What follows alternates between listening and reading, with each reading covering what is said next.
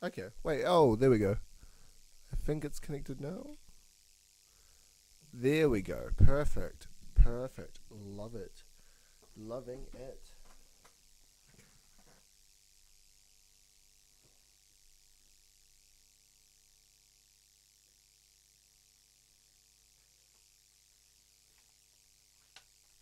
Oh, loving it. Just gonna put on my headphones. And there we go.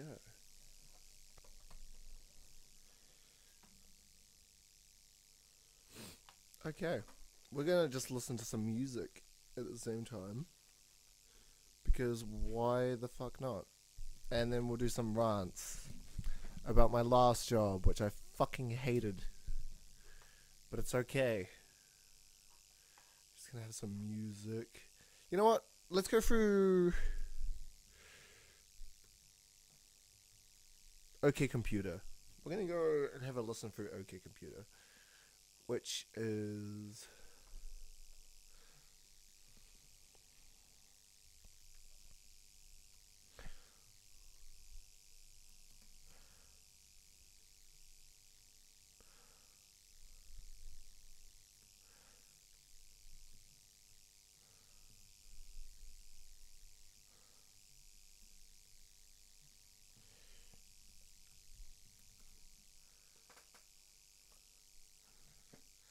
okay. Cool. We're gonna go listen to OK Computer because it is a fucking banger album, and also I've been really into them recently.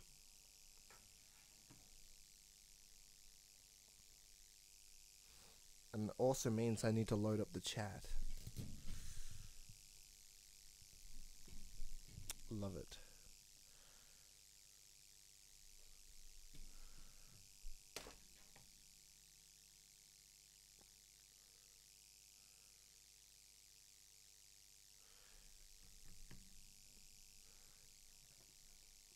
Alright, let's test it out.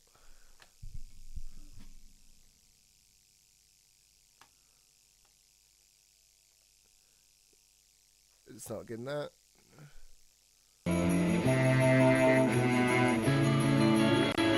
Now we're both getting it. Cool.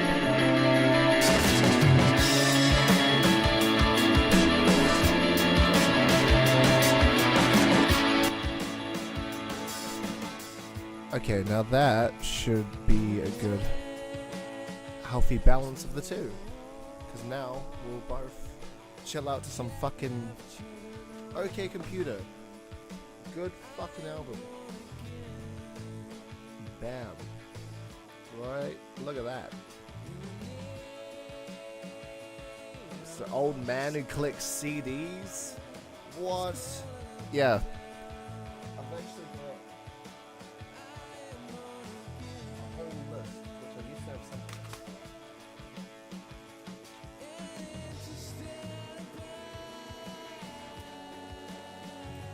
I don't have the list anymore. But it's okay. Because we're...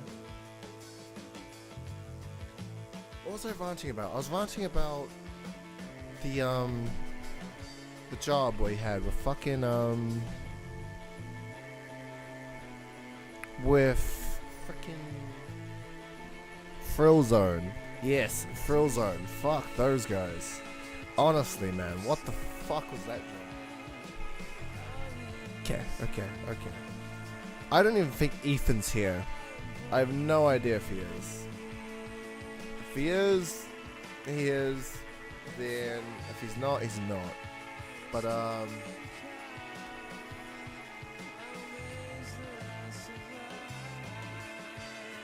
actually, yeah, no, it actually matters if he's here because I'm basically talking in the wind then. If I'm not doing this, but fuck it, I feel like doing a rant. I mean, people on a podcast do it all the time. What's the fucking difference? You know? What's the difference is that they're rich. I don't fucking know.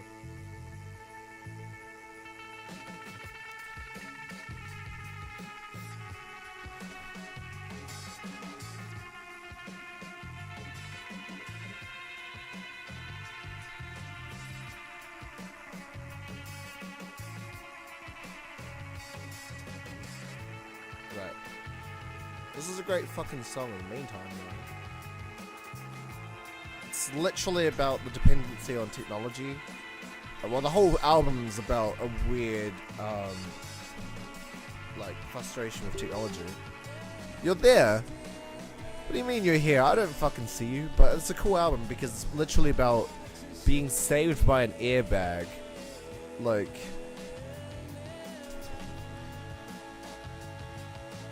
Like technology, you're in a car that gets you up to like 200 kilometers an hour or something, and you get in a car crash. It puts you in that situation, but at the same time, an airbag is what saves you. So technology saves you, and technology can put you in that situation. And it's the weird thing of dependency on technology rather than yourself. Now, the next song as well is one of my favorites as well. Paranoid Android is. That and How to Disappear Completely on Kid A, maybe next to Idiotique, is really fucking good. Love those songs. But God, and Subterranean Homesick Alien, good. Fitter Happier, it's not really a song, but like, yeah,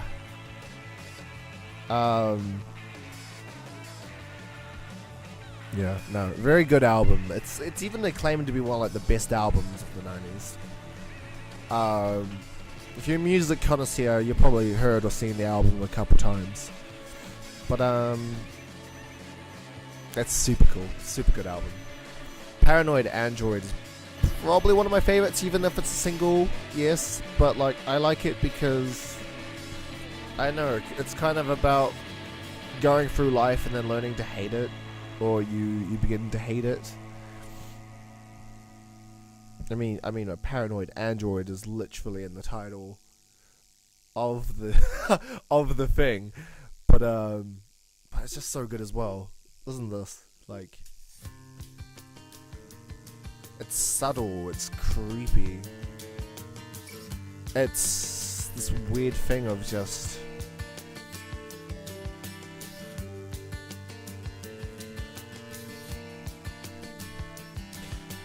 I guess not feeling like you belong. You know, there's a whole part where like you see people trying to just fit in.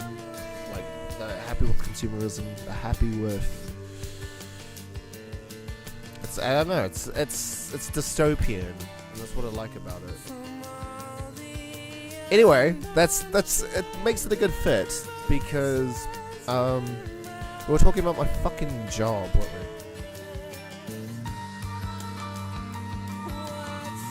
Yeah, so... Alright, yeah, so I worked for Frozone, and I was 18, 19. I started off in sales, just pure salesman. I ended up, one time alone in the store, I ended up getting like, I don't know, like 12 one-hour packages?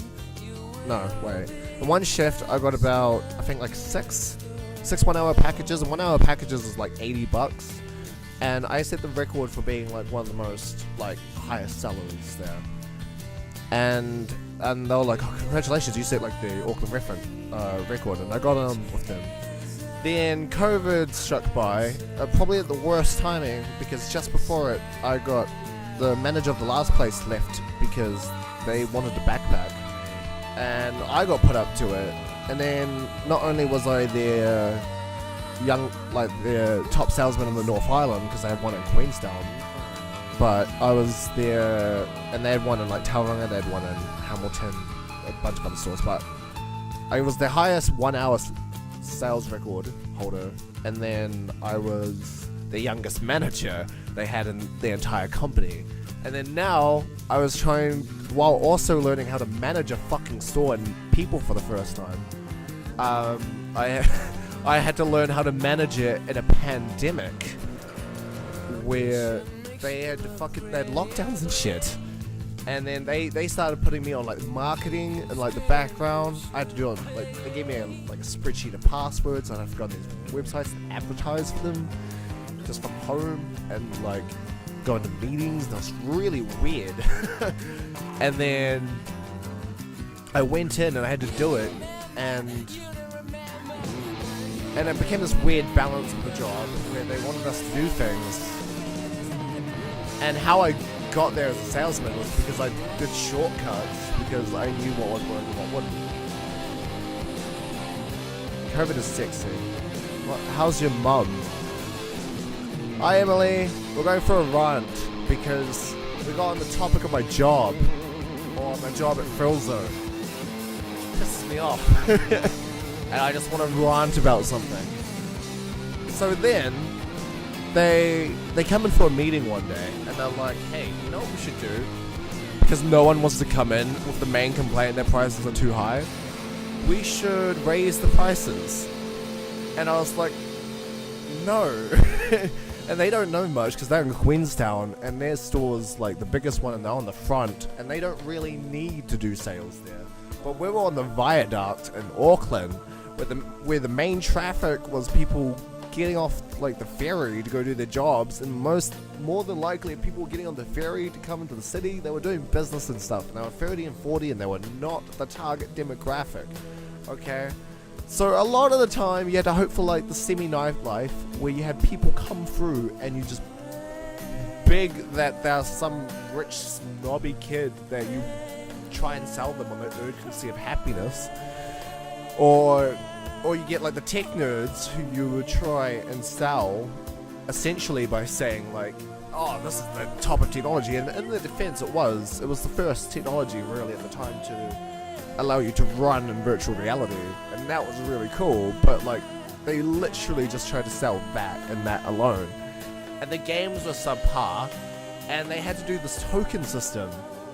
So every time we would like sell you and you wanted to do a certain game, we'd have to check this guide thing, and if it costs tokens, which the company would have to buy, then we would have to push you to play the shittier free games. You didn't even really get to choose the games. We had to kind of enforce the games on you, unless you forced the games on us. And it was just fucking so shitty, man. It was so shitty, and the way they treated like their staff, I was like, as a manager, I firmly believe if you give any shit to your manager, I firmly believe the job as a manager is to tell your team all the shit your bosses don't want to tell them themselves. They don't want the bad karma, so they pay you a little bit extra to tell them all the shitty things, and then you get the flack, and then you have to run the ship as well. But they knew the bosses were assholes, so a lot of the people on my team would do what I do. And then when we would run it, and they weren't in Auckland, they were down in Queenstown, we had to follow the script. And the script would basically trying to be like pushing people off the streets to like come in and like do these ridiculous plans, and just would not work. And I modified the script, literally told my team, like, I literally told my team, like, without the bosses being there, follow this instead. And I would push them to put 15-20 minutes extra for the customers, and that's when it would get sales. Because the main criticism was when they would hear $45 for 20 minutes of video games. Would you pay 20 minutes of games you don't even really play for $45? No one would. Like, no one would. It's fucking stupid. It's like, my fucking god. But if you give them 15 minutes extra of a free game that doesn't cost tokens, because some of them don't cost tokens, then that $45 for 20 minutes becomes 35 minutes for $45. And that sounds more appeasing. And it's not even a cost of loss, and they'll be like, oh yeah, well it costs money to like keep the power running for like those machines. It's like those machines are running anyway, but with no people, because no one wants to come in for your fucking overpriced bullshit. Like, what the fuck? And then they got this racing game, right? They got this cool racing game set up where you'd like sit down and you like race whatever, but they made it like a realistic one, like something like a 50 or 40-year-old dad would want to play, where they're just sitting down on the race cars, you know, and it's just like, what the shit? No one cares about this. Get some arcade game. It's not towards your demographic. Like, do research. And then I figured out as well,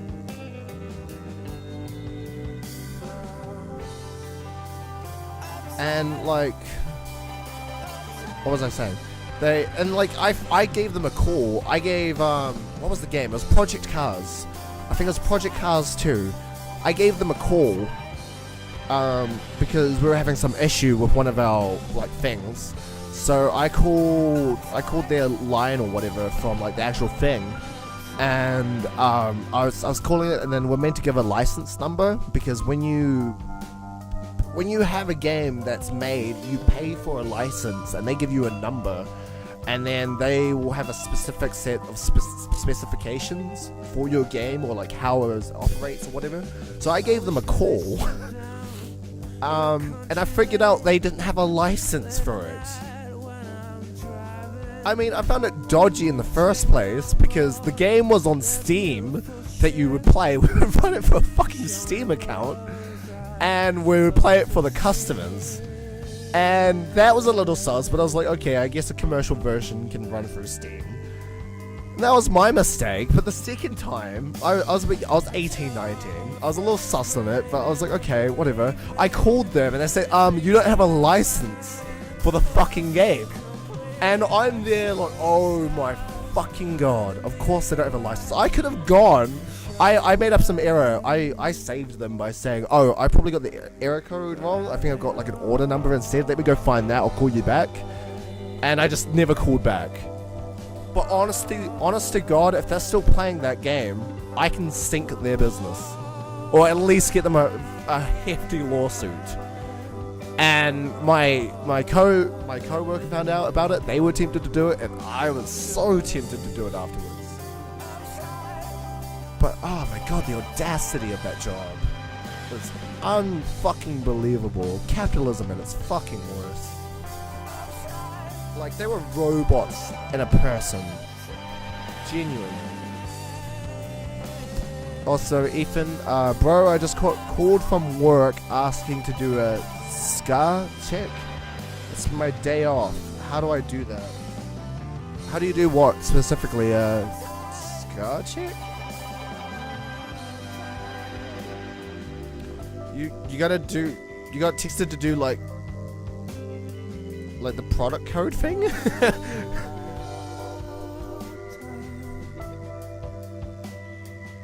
can't. Say they miscalled or something, you know?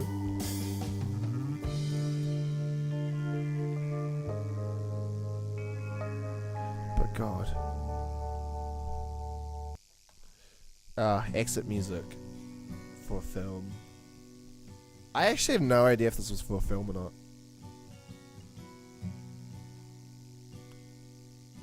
Actually, you know what, because the family's here, I'm gonna put her on to like the second song she probably knows by Radiohead.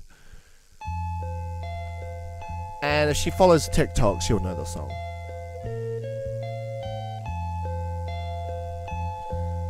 You can't do a skull... No, because you need the product to do a skull check. How are you gonna do a fucking... And plus, you probably need a database to do the check to begin with. And they don't give that to, like, personal computers. Well, not that I know of, at least. Not with PB Tech, we didn't have to do that.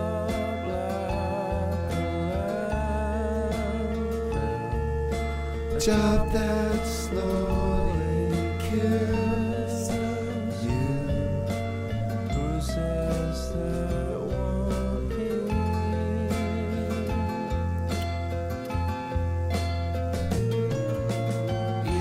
This is such a good song. So tired, unhappy, bring down the government.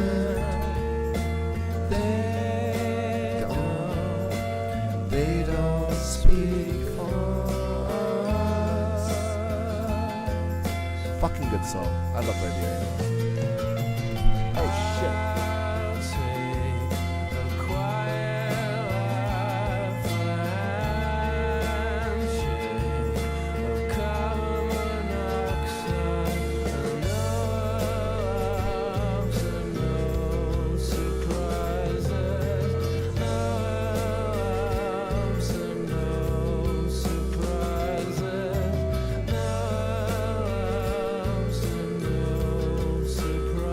I need to fix this anyway.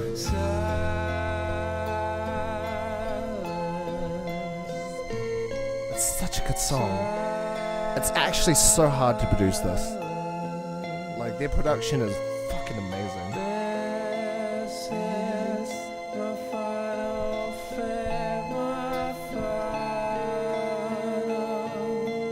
Well, this one's probably more simpler than the other ones.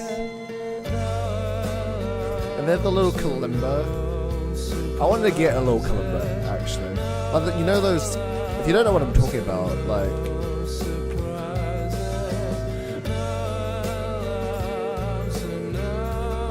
I'll show you guys quickly. Oh, wait, no. I think it's an xylophone. Or an xylophone. Might be an xylophone. Yeah, no, that's not a kalimba, sorry, it's an xylophone. Like these things. Like, they've got a little trace of that little kalimba.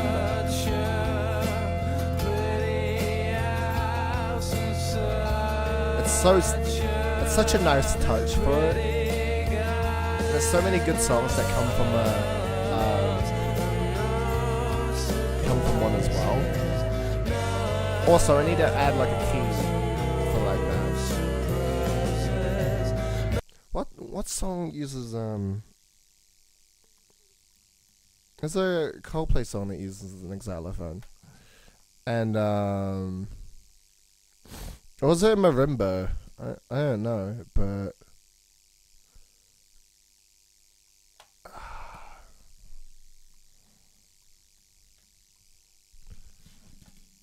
I think it's Hurts Like Heaven that uses it. Let me see. Oh, it's like the part that gets into it.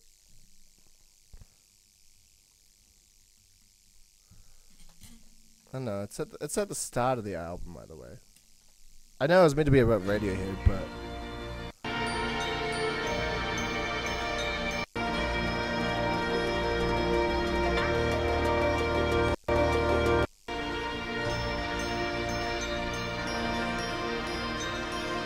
The song definitely uses an xylophone. An xylophone, I mean. Nah, it's not this one. Fuck, which song uses the xylophone? I think... Do you ever get the feeling that you're missing the mark? It's so cold, so cold. It's so cold, so cold. Nothing longer on a factory sign. I struggle with the feeling that my life isn't mine. It's so cold, so cold. I love there's a little part in the song. Oh yes, I love the little hippie guitar out of nowhere. Like the little tone they have. It's just like, and then pause. It's the little transcendent down the bar. It's so cool.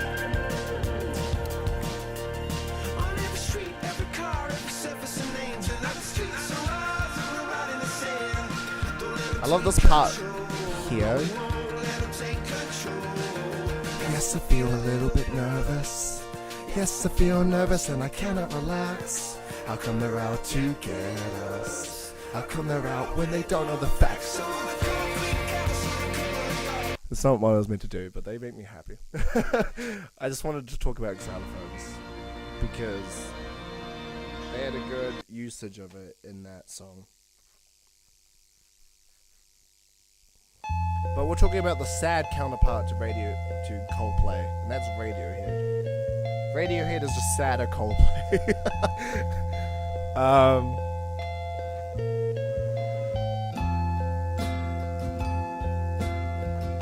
The Man Who Sold the World. Let's fit to my Nirvana hat. I mean, it's David Bowie, but like, I prefer the Nirvana cover over David Bowie's original.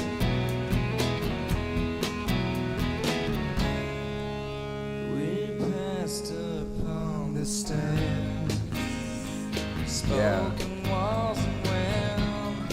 That's cool. What's the next game? I have no idea. I should be getting a desktop soon, so the options are gonna open up definitely. If I can find some way to like file share, If I can find a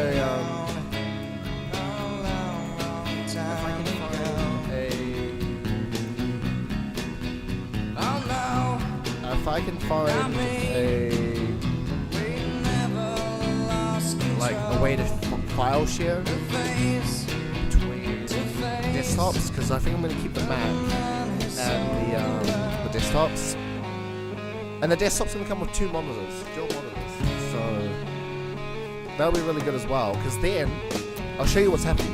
What most YouTubers do is they have this little screen here that you see here with OBS. I use OBS to record.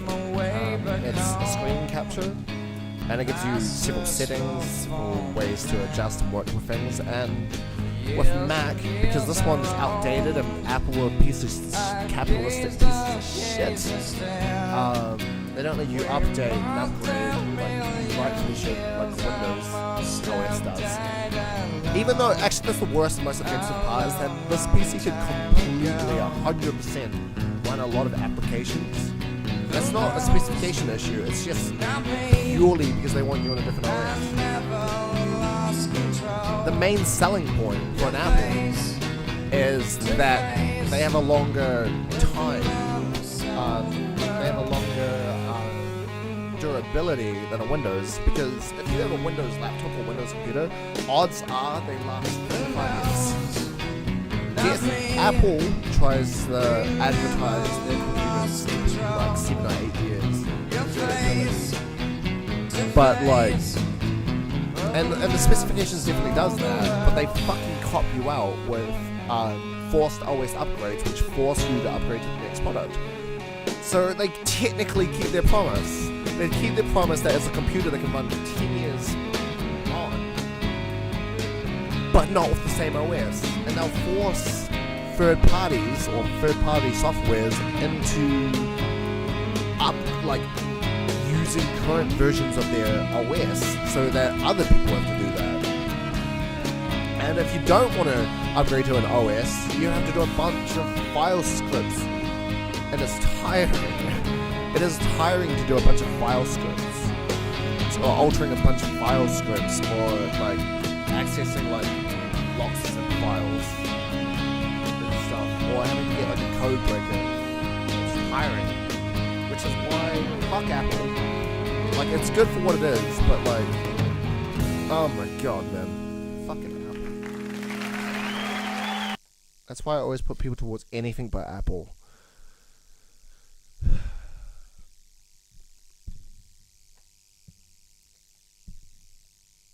Oh, what about Come As You Are?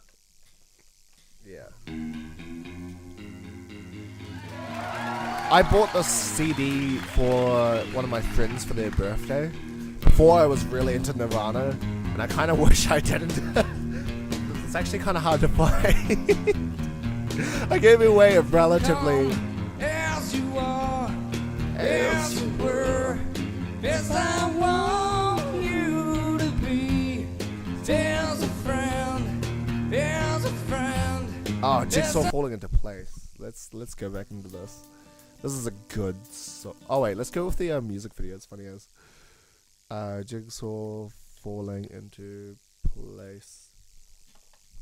Yeah, well, Apple phones are good. I will give them credit. Like, their camera quality is god tier, and like their interface is great. But like, if you're relatively into doing any like, if you want like OS flexibility, or you want to be able to like modify shit, or like torrent, or like jailbreak. I mean, you've got like, I mean, you can on Apple, but I mean more like, if you want to like, I don't know, like torrent or get APKs, for example, or just anything. It's a pain in the ass with them, honestly. Yep, already.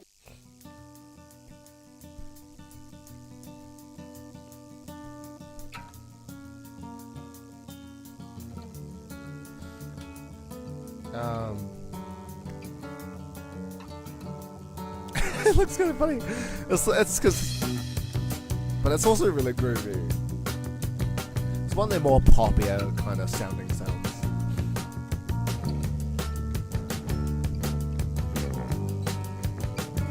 Or more funky, I guess.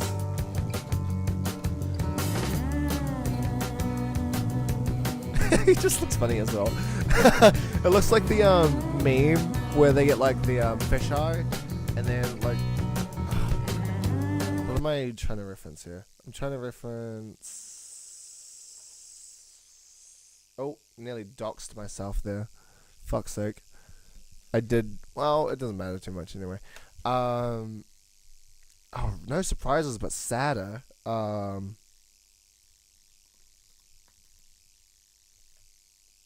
Train guy with GoPro. Okay, other people. Yeah, this is what it reminds me of. I haven't seen my good friend Gordon for many months, but very soon he'll be passing through this junction here with so many tones. I cannot wait.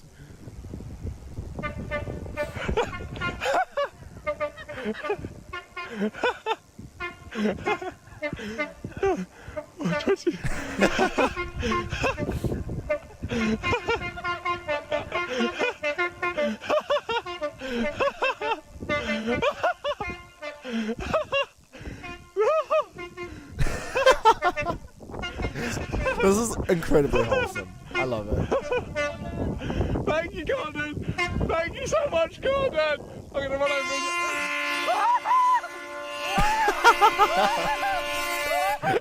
Okay, that makes me happy. That's adorable. I love that. My gosh. That shit that genuinely makes me happy. Oh my god. That's pure joy. That is pure happiness. That's why I'm not even mocking it. He's just so cool. I love him. But it just gave me. I mean, at the time this was probably cool, but at the time it just reminds me of this.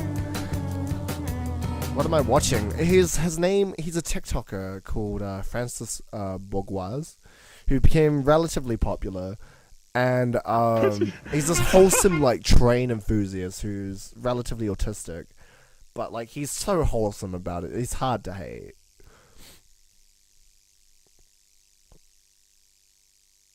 Man's living his best life. He's just in pure like glee, as one of the commenters said. Like he's just so happy about it. Like, and then people will be like, "No, that's childish, man. Or that's stupid. It's just a train." Like, fuck up. Let him fucking enjoy it, man. Fuck's sake, it doesn't have to be a fucking like 40 grand car going brum. Okay, like just let the dude enjoy his shit, man.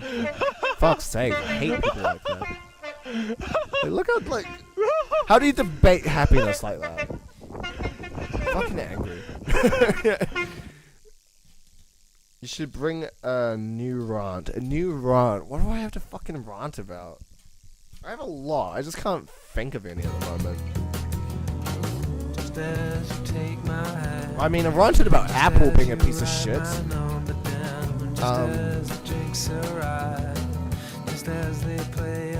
Oh! Yes, I know.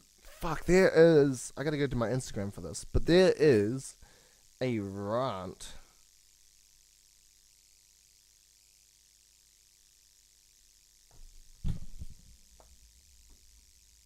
Hold up. I got a friend who likes my memes, so I'm sending him more.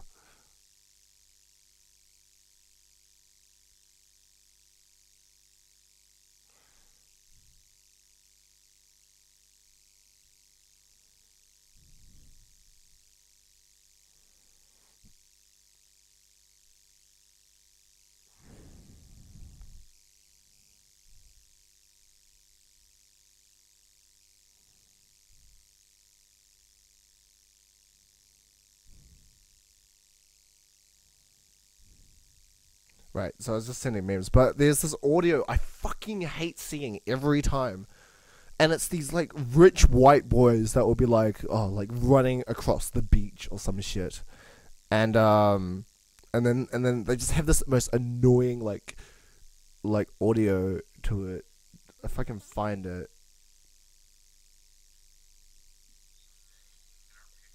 Yes, this one fucking here.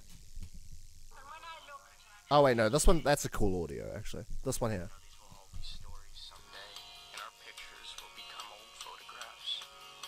And it's the most corny shit ever. Where can I find the original? Yeah, there's so much to that fucking... Like it's.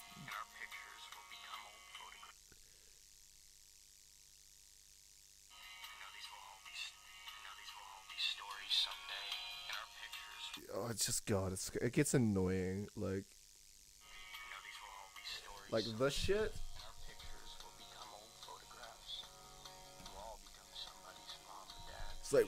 It's like, bro, whoa. So shut the fuck up. There's another one I hate as well, and it's a Rick and Morty one. But like they act like that just as smart as Rick when they like. Where is it? Actually, no, that's a cool one.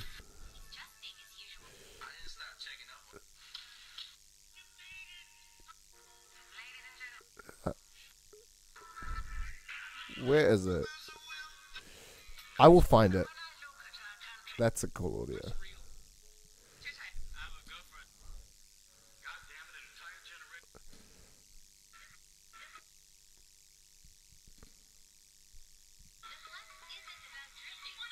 Yeah.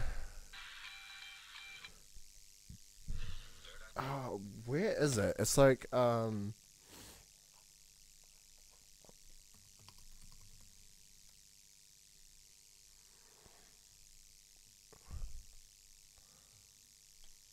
where is it? It's like the fucking...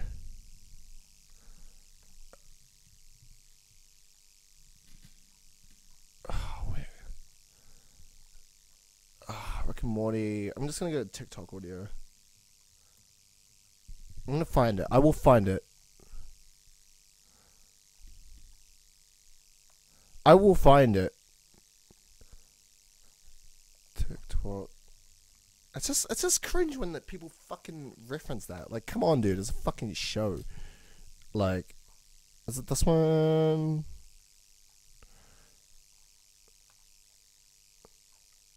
TikTok. I think inspiring. Inspiring TikTok quotes. Might be this one. Animals to breed. It hits hard, Morty, then it slowly fades, leaving you stranded in a failing marriage. I did it. Your parents are gonna do it. Break the cycle, Morty. Rise up. One that would never do anything. What? You're not leaving. Actually gotten ice cream.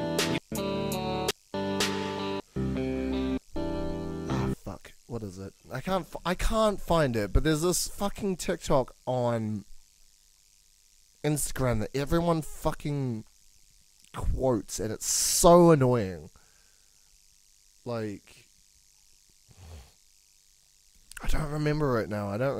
But it's just, I'm actually kind of glad I can't find it easily on one half at the same time. It's like we're like, oh, we're all just atoms or like some shit.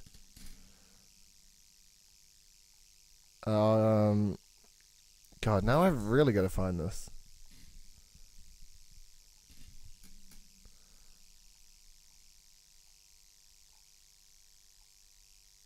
This is cool as by the way. Steve Cutts does some pretty cool animations, but let's see if we can find some of Gary, his. it's your house. Whatever you say it is how it is, but I think a blind man could see that Beth is looking for the door. I barely have a reason to care. Could you get more excited? Where, Oh my God! Concentrate, Morty. It's a bummer. where I can't find it. I really want to find it though, because it's so annoying whenever I find it. Like, I'm gonna go through Instagram. I'm gonna find it. I'm gonna be like, that's the fucking one. That's the one that's so fucking annoying. Actually, you know what? Just go. Rick Sanchez inspiring or whatever. Is it? Up when I die. I feel like I've spent my life. Tommy. Yeah, hardly matters now, sweetie. You know, smart people get a chance to climb an animal, and you're gonna be part of them. Agent of averageness. By your own hand. I have no doubt that you would be bored senseless by therapy, the same way I'm bored when I brush my teeth and wipe my ass. Because the thing about repairing Your only maintaining, purpose in and life cleaning is to buy and consume it's merchandise, not an Morty. adventure. There's no way to do it, so roll me my Okay, that one's an actual and the quote. bottom line is, Like some if people someone are okay mentioned going that, to like work, well done, and some yeah. people, But like, well, some people will yeah, it's this rather one. die. To live is to risk it all. I hate this. I found it. Come on, Rick, This is don't the talk quote about I my parents fucking like that. hate. Listen, Morty, I hate to hearing. break it to you, but what people call love is just a chemical reaction that compels animals to breed. It hits hard, Morty, then it slowly fades, leaving you stranded in a failing marriage. I fucking hate this.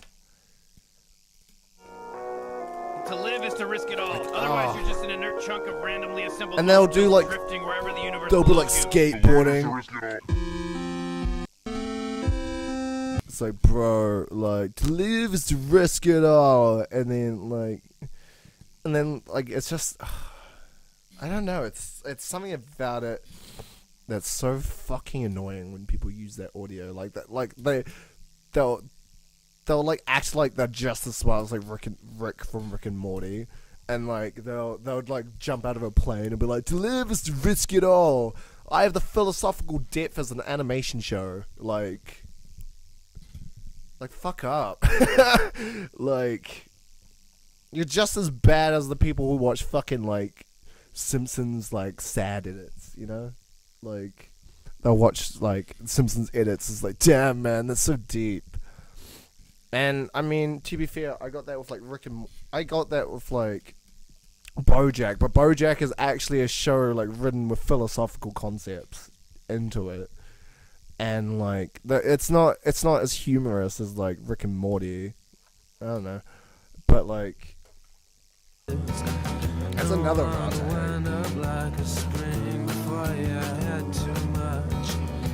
I also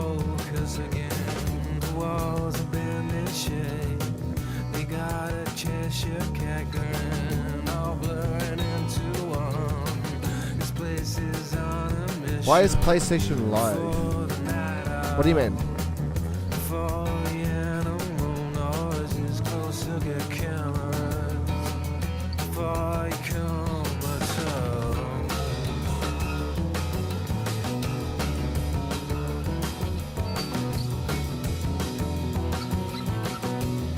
Oh shit, my audio's on.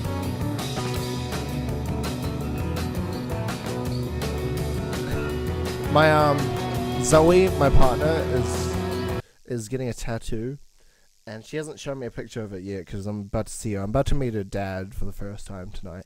She's getting a tattoo at the same time today, and she just said, color is about halfway done. It looks awesome, but oh my god, ouchie.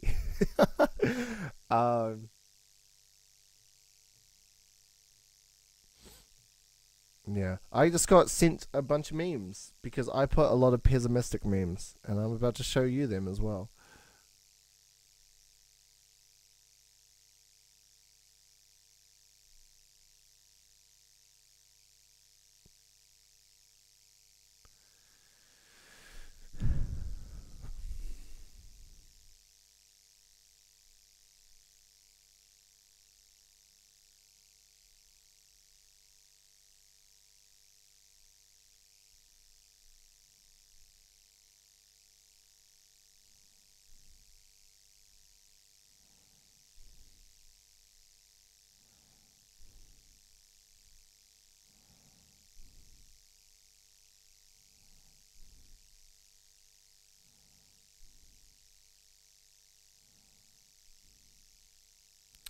My gosh. Yes.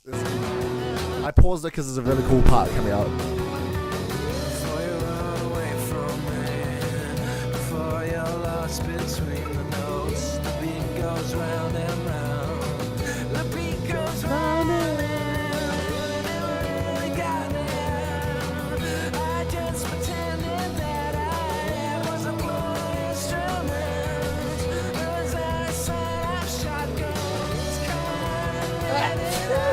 Gosh. Look how cool this is.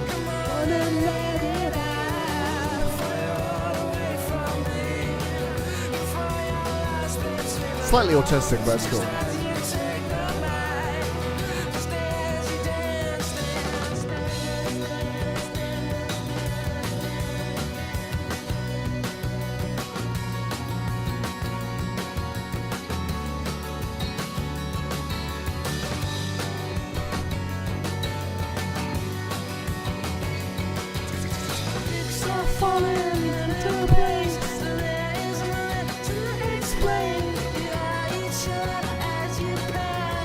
There's a really cool drum bit in the music video that he does. I know, I think it's really cool. Or Joey Jordison on drums. Yeah, that bit there. It's like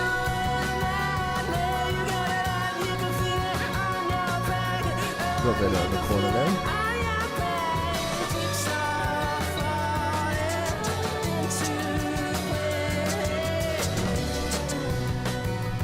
Yeah, it's called Joey Jordison, who's in Slipknot.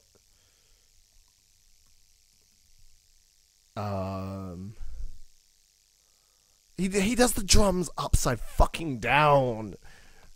Dude, Slipknot is a whole fucking vibe. But Joey Jordison, he's passed away. He passed away last year, which is RIP. But I wish I got to see him live, man. He's an insane fucking drummer, dude. Like his pedal technique, like I can't even do a quarter of his pedal technique. His like, if it's like the I need a really hot wire button, but like if his pedal technique was like my hand, for example, it's literally like what the fuck? Mine's like, and it could be because mine is digital and not acoustic, but like it's so hard to do the. It's like, what the shit? And then he's like multitasking at the same time, keeping rhythm, keeping doing. It's like, wow, that shit is on God fucking amazing. Like, and he does it upside down. He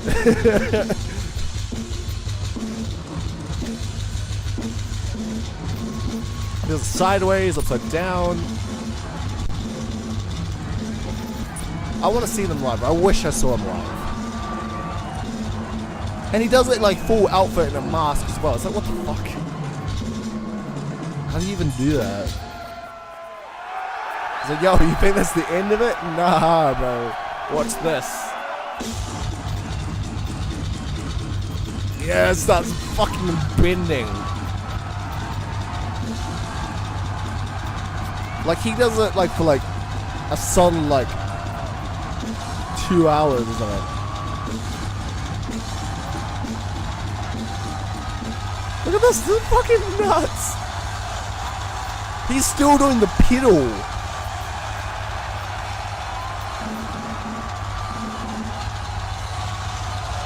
What the fuck? I'm trying to look for his like pedal foot, but his pedal foot thing is insane. He has a whole lifetime of squishing bugs. If a bug crawled up to Joey Jordison, they are fucked. It's gonna be like right on them. They're gonna like, their atoms will vanish from existence. He's playing in the dark now. I didn't even notice that one part. He played in the fucking dark, and he's doing this for like he's doing a solid like for like a solid like 2 minutes. While upside down, while in the dark, like, nah.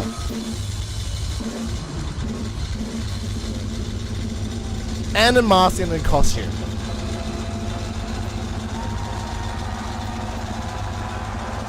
Wait for it.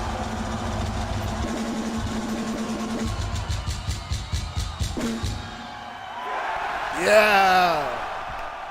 I don't really. That shit is badass. Oh, R.I.P. He's lifting up like he was some kind of extremely hard final boss. He's not cheating, he just has a good gaming chair.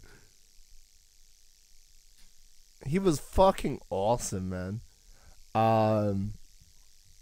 Yeah, let's go see PlayStation Live, actually. Because now I'm curious.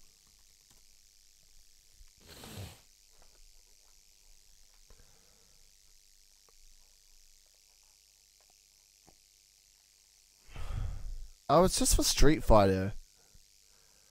I don't care about Street Fighter. This shit. PS1 classic game. Here's the disc. Do you have a way to check it here? Thanks, dear boy. I actually feel I can trust you. But you PS1 was the shouldn't one have console I trusted never me. actually played.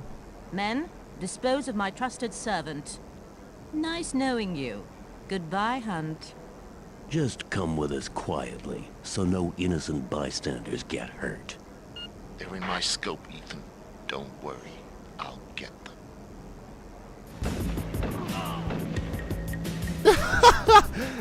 I've lost sight of Max. Help me find her, Ethan.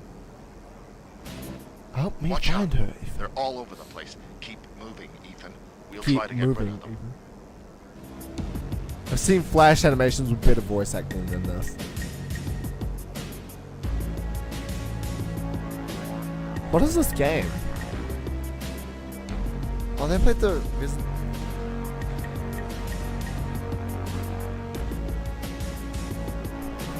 Let's, you know what? Let's go on the PlayStation thing. Let's see what they're doing. Keep doing it. I was saved. That's it, man. If you're not ready to wake up with a crouching button at the start, you will get hit, and he's doing the safe option by blocking. He's not going to V-shift there, so... But even in blocking, I kind of like the result for Flux Waves. He gets to push the opponent into the corner and away from the orb a lot of the times. Damn. That's a very good observation there. Well, whoever gets first blood... What I love about pro tournament games is a lot of it isn't actually about hitting them like insanely. A lot of it is dodging. They don't underestimate the opponents. Ooh, okay, interesting choice there with the Stealth Spiral. Hey, what a jump. First time he's neutral jumped at that spot. Yeah, well, he's still in a bad spot here. He's going to web swing back in a minute. Dodging. Damn, look at that shit. Oh, does the roundhouse put it to the other side? Oh, So let's go. Filthy there from your noob, Okay, and this he is got kinda hit by the cool. orb. That's a good answer. If he gets hit, that's going to be a combo to super. Oh, Oh, dude, that nearly But really cut nothing and for him walked not to be him. able to do there. Grab. Let's go.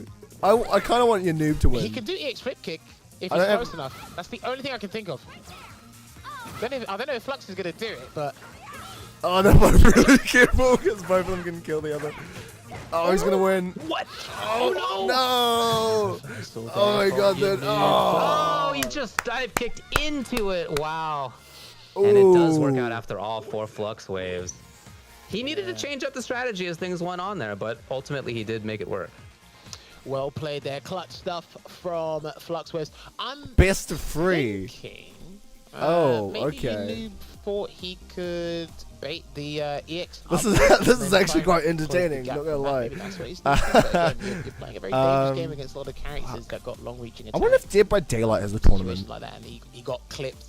I want to see a by Dead by the Daylight losing tournament. heart rate to That would end be this set sick. there. So well played to Flux. I'm fortunate because you know what? I wish that was a Dead by Daylight tournament. There has to be. No way. There's competitive Dead by Daylight. Oh my god. That's insane. And then I was adopted. Oh, sorry. Shut the fuck up, Sledge. Fuck you. Hey, well. So, well, do we know who's the killer? I mean, It's breakable on Nia. Okay. So, Well, how did one of them die already? Yeah. you know, who's the killer? I mean, It's One's coming on as Spectator. Okay. Oh, you're Deliverance worried on off Adam. Deliverance on Adam too. Oh. I think that's kind of the important ones. Okay. Jinx. Compound 21 too. Yeah. Okay. Yeah. Honestly, I feel like we haven't been seeing Noah a whole lot on this killer. We haven't. Which is surprising, yeah. Sort of, yeah. This might be part of the play, though. Oh. Where it's so unexpected. Maybe they Used won't up think about it. the- Maybe they'll get a lot of value from Wait, it what if ones you- did if they it actually gets use? in-game. So I respect it as okay security perk. Yeah.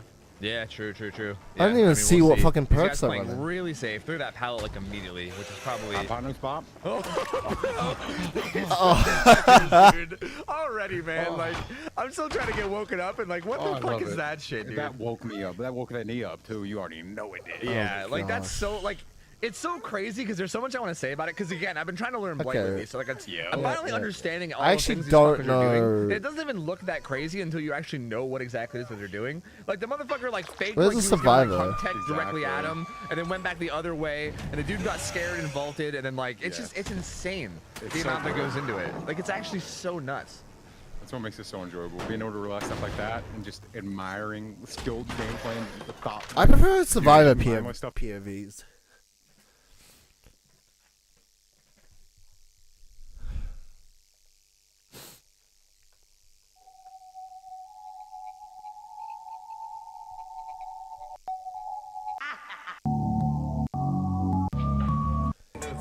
She's looking around. She found me. She's on me.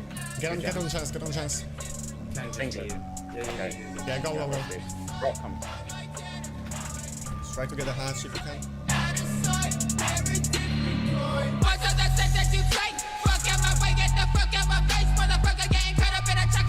I love Dead by Daylight, man.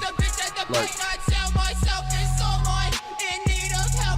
it's one of those really cool games that are online that I really actually enjoy.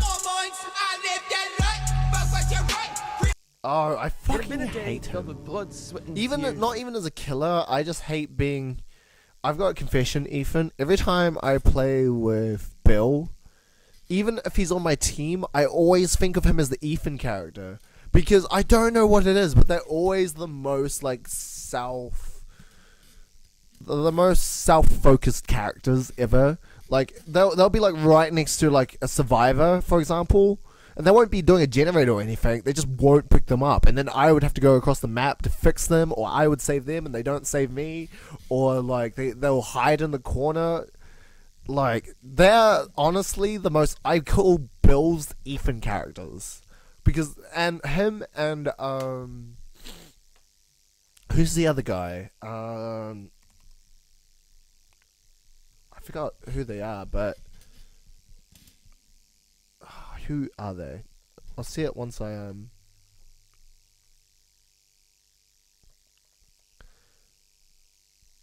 Hey, that's my character! That's the character I play. Oh, I know, that's the character I play. Sorry, never mind. I play these two... Actually, there's 3 of my mains in the B tier. But, him, yeah. This character and this character I associate with the Ethan character. Because both of them are, like, never team players. And my deciding process is in Dead by Daylight. Typically these 3, because this is my healer. This is my like healer. I'll work in a team. Like I will dedicate to working. This is my runner character. If I want to dedicate more towards a runner, and this is my lone character. If I play alone in games, I'll more than likely play as Laurie, and she's like I've done a lot to my Dead by Daylight character actually, because I was struggling to like platinum tier like one of the characters once, and now I've platinum tiered this character 3 times, this character 6 times, platinum character this one 3 times, platinumed once. Oh, those are the basic characters, but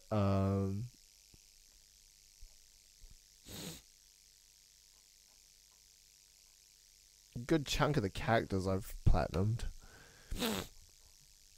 Oh, freaking I got one of the characters. What's her name? She's like, I haven't played in so long, so I've actually forgotten the name, but she's literally one of my mains, and she does the healing boom. It's so good. I love the healing boom. Who does it? It's fucking this chick here, yeah. Michaela Reed. That's her name. She's one of my mains as well. But I don't like playing as her. I platinumed her. I clocked her character to get her points, her skills. And then I literally never played her because she gets tunneled the fuck out of. If anyone sees a fucking Michaela Reed as a killer, they will tunnel you. Because if you go to a totem and do the healing boon, you're a pain in the ass to them. So I did a whole fucking 50 levels with her. And then got her skills. And then I just went to freaking Laurie. I went to Laurie, who... is she's a cocky player. Laurie is a cocky player because she's probably the character I platinumed the most, but she's the one I play the most while alone because I tend to do generators alone. I tend to do, like, I save people alone. I tend to, like, I don't know. Like, no one wants to be on my team when I do things, but it's fine because I oddly do better on my own alone. But when I'm not, I'm freaking Claudette. Because she's just a good team person. If she's on generators, she's helpful. She blends in with the generators, especially if you get her in the bloodied one. And plus, her like healing things is just really good. Thing main has this really cool trait. It's like, yeah, it's this one. I don't remember the name, but I remember the logo. It's that one, and basically, if you're being chased and you vault over something for like what, like 3 seconds or something, 3 or 5 seconds, you're like at 120% speed, and like that doesn't sound. Oh, and her technician as well. Her technician and her like vaulter, those two are really like OP, because the technician, if you fuck up, will save your ass, especially if you're alone. That's good as Lori. And in the Volta, if you're getting chased and you're like they're a really good killer, they will save your ass because you'll be like so far ahead of them. And if you do like the 6-second sprint, if you're in like a closed-in map like the Resident Evil one, for example, where there's a lot of vaulting opportunities, then you can do like vault, have like 6 seconds of sprinting, go to the next vault, another 6 seconds of sprinting, and then another 6 seconds of sprinting, like after each fucking one. It's like, it can help. It can fucking help. What did I like about Lori's traits? Lori traits, Dead by Daylight. I remember there was some reason I wanted her. She has the stab one, where like if you're picked up in a short time, you can stab them. But it's such a cool game. It's such a good game. I'm hoping my PC will have the specs actually to run Dead by Daylight on my desktop, because I would definitely get into it more advanced, like. Such a good game. The Kalimbas as well are pretty good.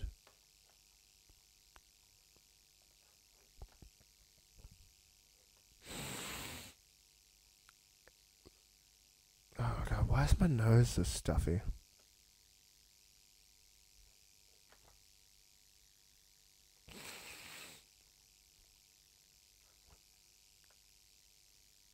Can Machine Gun Kelly play guitar?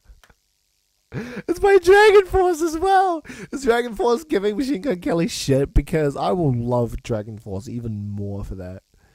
The guy on like Dragon Force, like who does the guitar, is amazing. I mean, I'm a little basic, and it's only really Through the Fire and Flames. Like, I give him that credit for because it's the main one I know. But like, I mean, if you play that good and have 2 guitarists, I mean, fucking fair enough. Like, I want to, like, because I remember the first time I did this on hard. On hard. It is like, I was so proud of myself. Like, I don't know how old I was, but I didn't do it as good as this guy, by the way. But I did this on fucking hard, and it was... Oh my god, there's a reason why it wasn't included in the main game. You had to beat the game, firstly. For Guitar Hero 3, you had to beat the game. You would play it through the credits with no fail sequence. And then you could play the game live afterwards, and there's a reason why it wasn't included in the campaign. Because it's... This part here used to fuck me off, because I spent so long trying to like nail the strumming technique, because you gotta go like with your hand. If you want to learn how to finger a girl, play Guitar Hero 3 and do the song on hard. You will learn how to finger her like a god.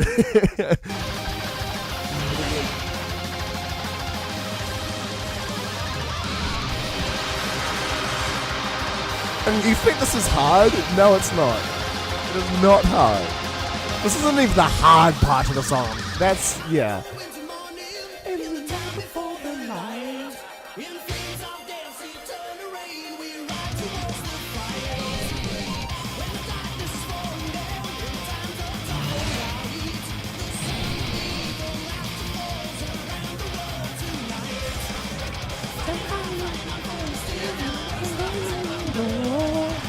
Such a cool song.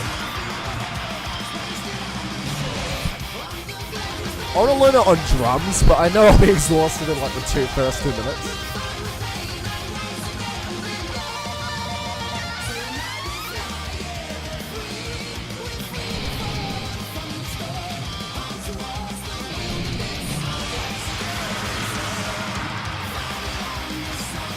It's such a cool, satisfying song as well. It's hard, but the song is like literally the feeling of like being on the top of a mountain. For the lights are so wasted and like that, yeah.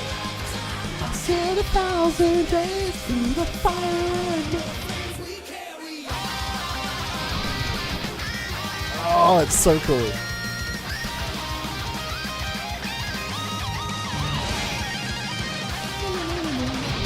Like, that's fucking amazing. Like,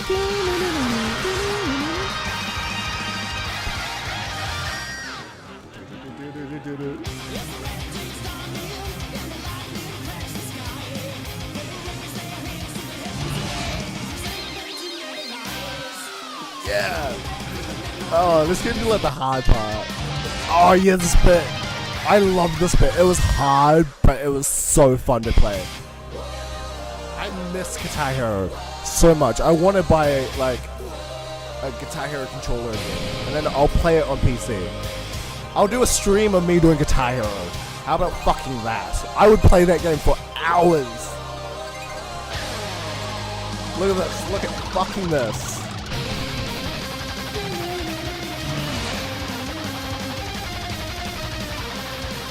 It's so satisfying. Like, it's hard, but once you get there, it's so satisfying.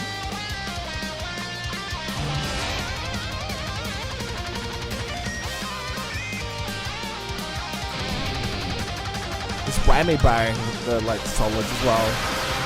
It's not even the hard part. Don't worry, the hard part's coming. And if you're telling me to play on expert, I wasn't that good. I mean, maybe now that I've played some proper guitar, I might have a better chance. Look at this!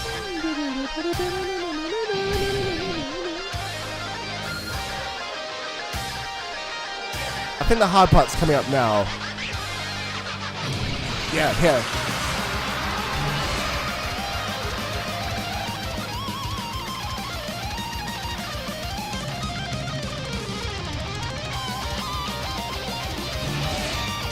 Oh, I think it's jammed this whammy bar.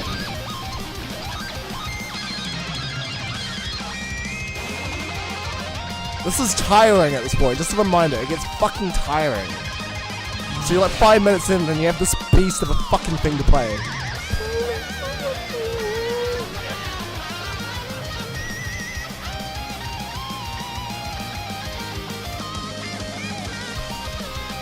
Are you still there, by the way, Ethan? My favorite to play was the Clissadova.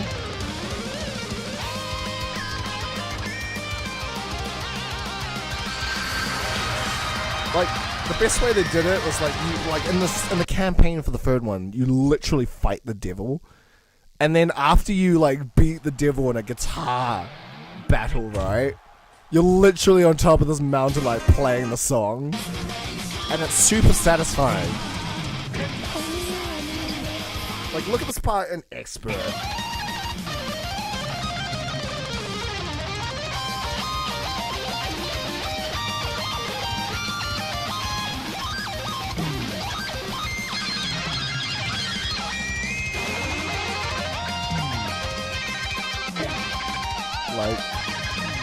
Like those ones are always the ones I struggled with. This fucking part here, where you would have to tap like one button, which would be like the first one because it would be the first like finger. You tap that, and then you got to do like the other things at the same time while keeping the first like finger in rhythm, and it's so fucking tiring. And you also get to be in a guitar battle with one of my favorite fucking people. With one of my favorite fucking like guitarist ever, which is Tom Morello from fucking Guitar Hero. From fucking Rage Against the Machine, sorry. This dude is an awesome guitarist.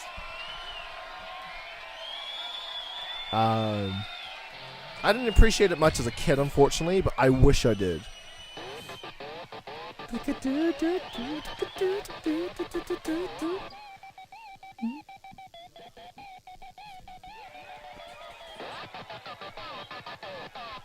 Like, even want to make these abnormal sounds with the guitar.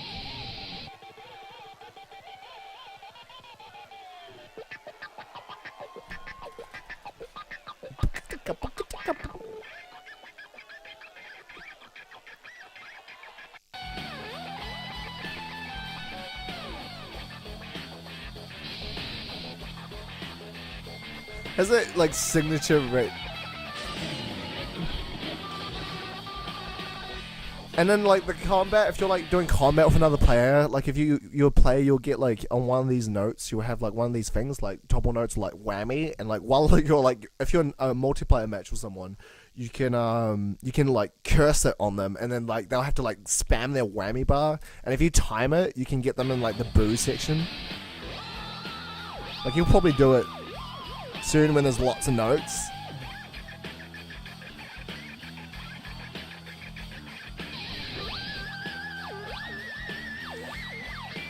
Come on. Oh. No, see? He's gonna... His things are all shaky now, so you can barely see their things. Do it! You've got 3 left over. Why didn't you do it on him?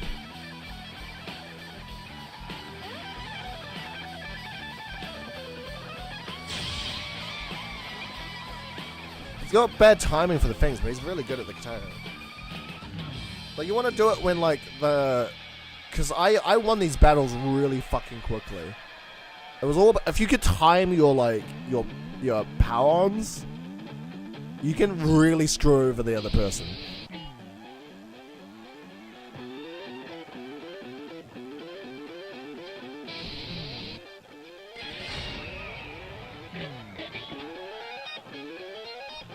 Why is he not using his fucking power? He annoys me.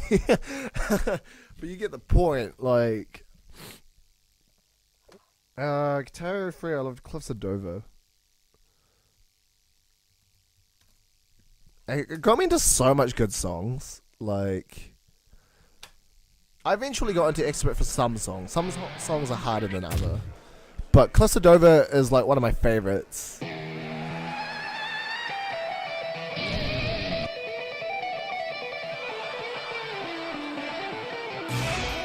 This one is fucking fun to play.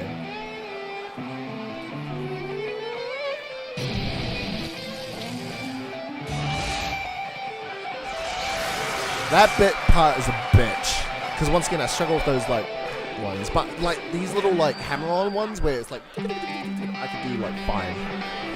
This one was fun as well. It's literally the one where you gotta keep, like, one finger, like, repetitively while doing, like, your other 3 fingers, like, doing, like, entirely different things. When you're like that, I can't do that. And that's, like, the main thing as to why I can't do, like, really hard songs on Expert. It's because that... Like, it's just... What the fuck? How does anyone do that? It's the one thing I can master. But I liked Expert because I could get the timing good. I could do the timing, like, I could do this pace. But I can't do that. And there's always, like, it's always somewhere in one of the songs. I can just never do it.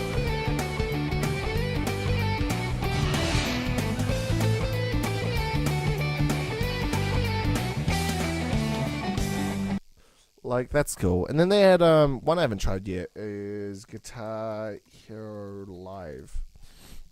I would have loved to have done Guitar Hero Live. Because they got,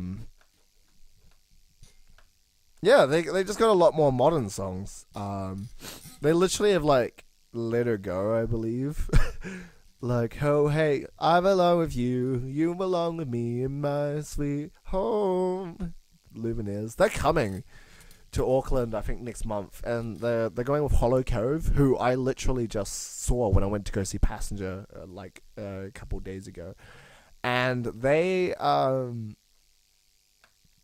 pretty cool. They're very cool, actually. I was very impressed with them. They're like this band from the Gold Coast who they got Let Her Go, I believe, on Guitar Hero Live. Yeah, they do. I saw this live, and it was such a surreal experience to like see live. It's so surreal. It's so surreal just actually seeing him play in such a small, tight like area. Actually, it's so cool having Passenger. Oh, no one cares. It's so pretty. He's like, out of the concerts I've gone to, he's like the most cool, real guy I've ever actually seen. Like, they have the quote of like, "Don't meet your heroes," but like, his mic is so cool. Well, you only need the light when it's burning low. I love this guy because you don't meet your heroes because they're probably worse than they are. I kinda had that experience with AGR. They're still really cool. I loved them, but they did come off with a bit of an ego. But when I came and saw Passenger, it actually just reinforced the idea. He would always have these like letters he would write in like the comment sections of his videos, like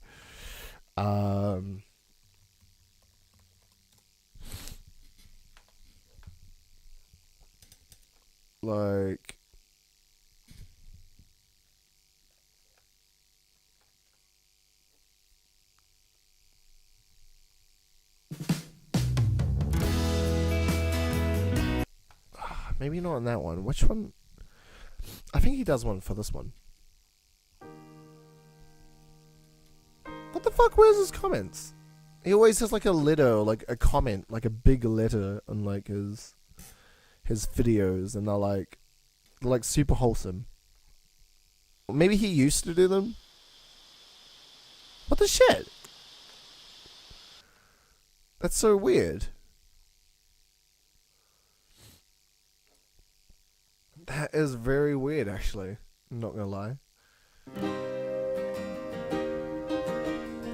Yeah, there we go. That's super fucking wholesome.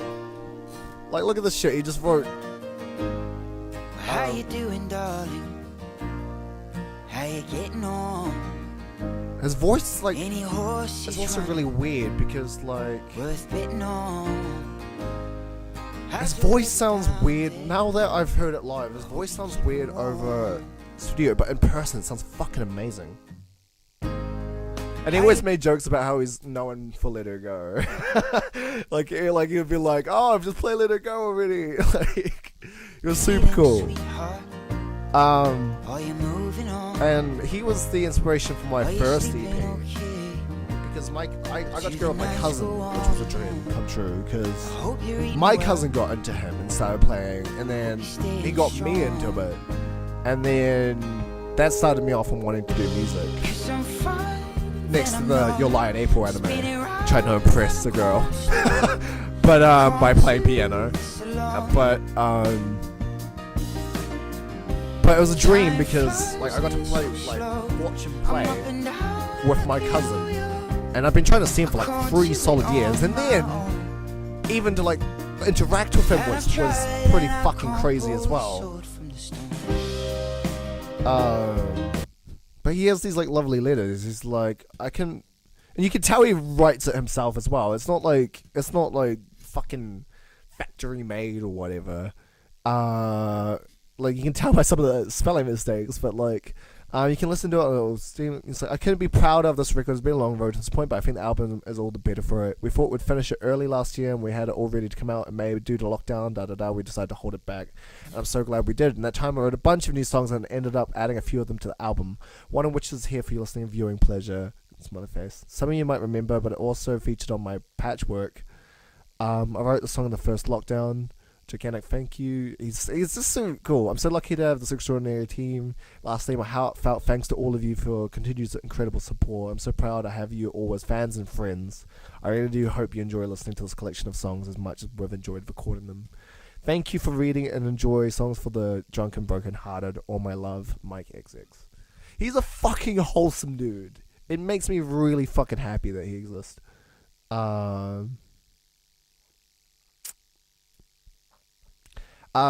Yeah, so I went with my cousin and I actually got one of his signatures, which is pretty fucking wild. And I've even framed it in collection to other stuff that I've got signed. Both of them are in frames. This isn't the one for Passenger, but it's added to my collection. So we've got Ninja Sex Party first off, which is actually on my wall. You see right there, signed by both Danny and Brian from the band. They're very fucking cool. I had to move my whole PC for that. That's super fucking cool. That's super fucking cool. I got all that down as a signature from Game Grumps as well, which is pretty cool. Although I wish I How are your mom and dad? as well. And then, How's your brother too? there was a small segment of time in like 2019 where Coldplay was doing this thing where they signed a thing and they would send it to like 5,000 people. They like signed their names to like 5,000 pieces of paper of like that Chris had wrote, and their band would like sign it and then they sent them out, and I was one of the people they sent it to. Time flies and it's so slow. I'm up and down like a yo-yo. I can't do it on my own. 'Cause I've tried and I can't pull the sword from the stone. That's cool. That's cool.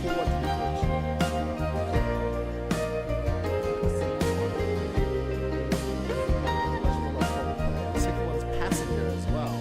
This is from the guy.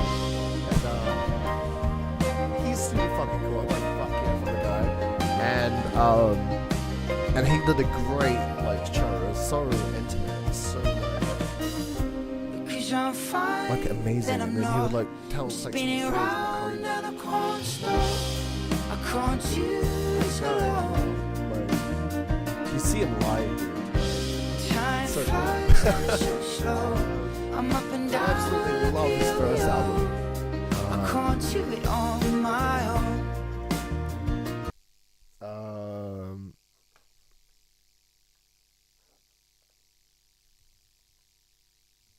Which I think is his first or his second album. As you can tell, he has like no beard or hair. Yeah, he has a good couple songs like Blind Love, for example.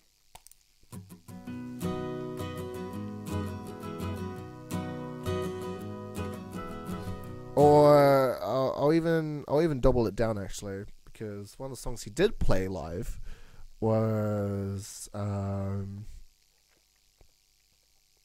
really wanted him to play Caravan, but I didn't get that wish there. But he played most of the songs. Lives for the Living, Passenger. Not Days Gone, sorry.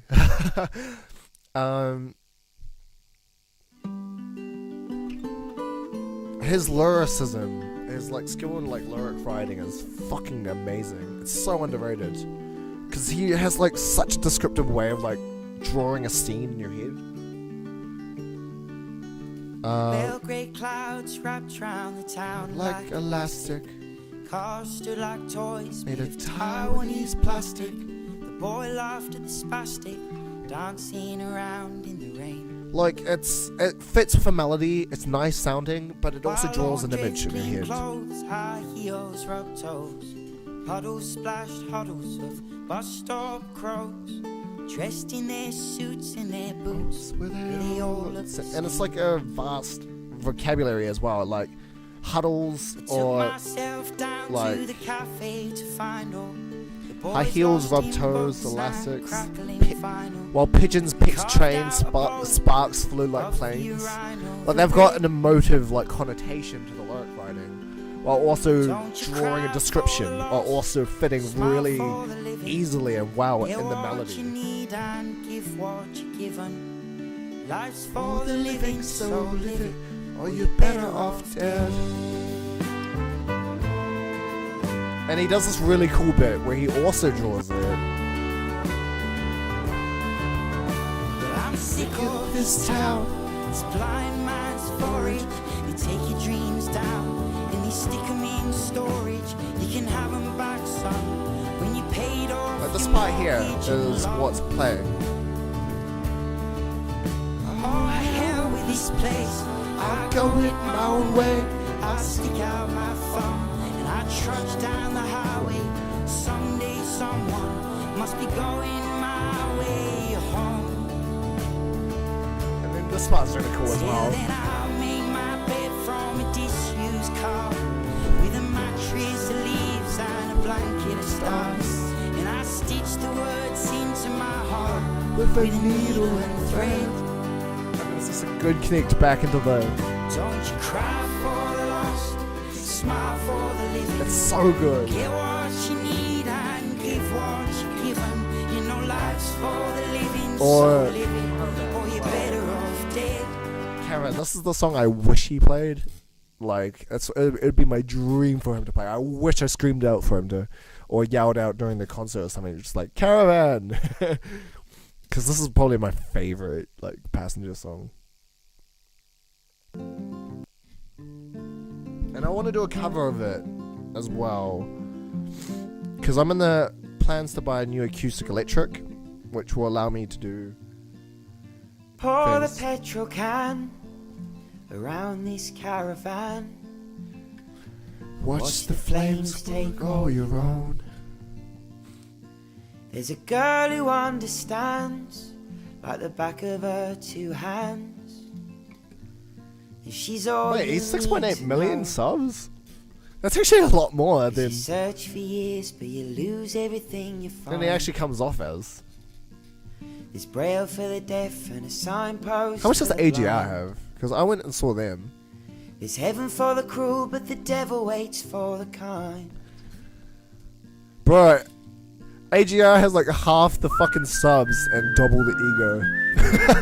Well, they're good though, undoubtedly. I've just got a bit of an ego. Sometimes, subtly. You'll see it like the short videos. But I mean, fair enough. They do some really cool stuff as well.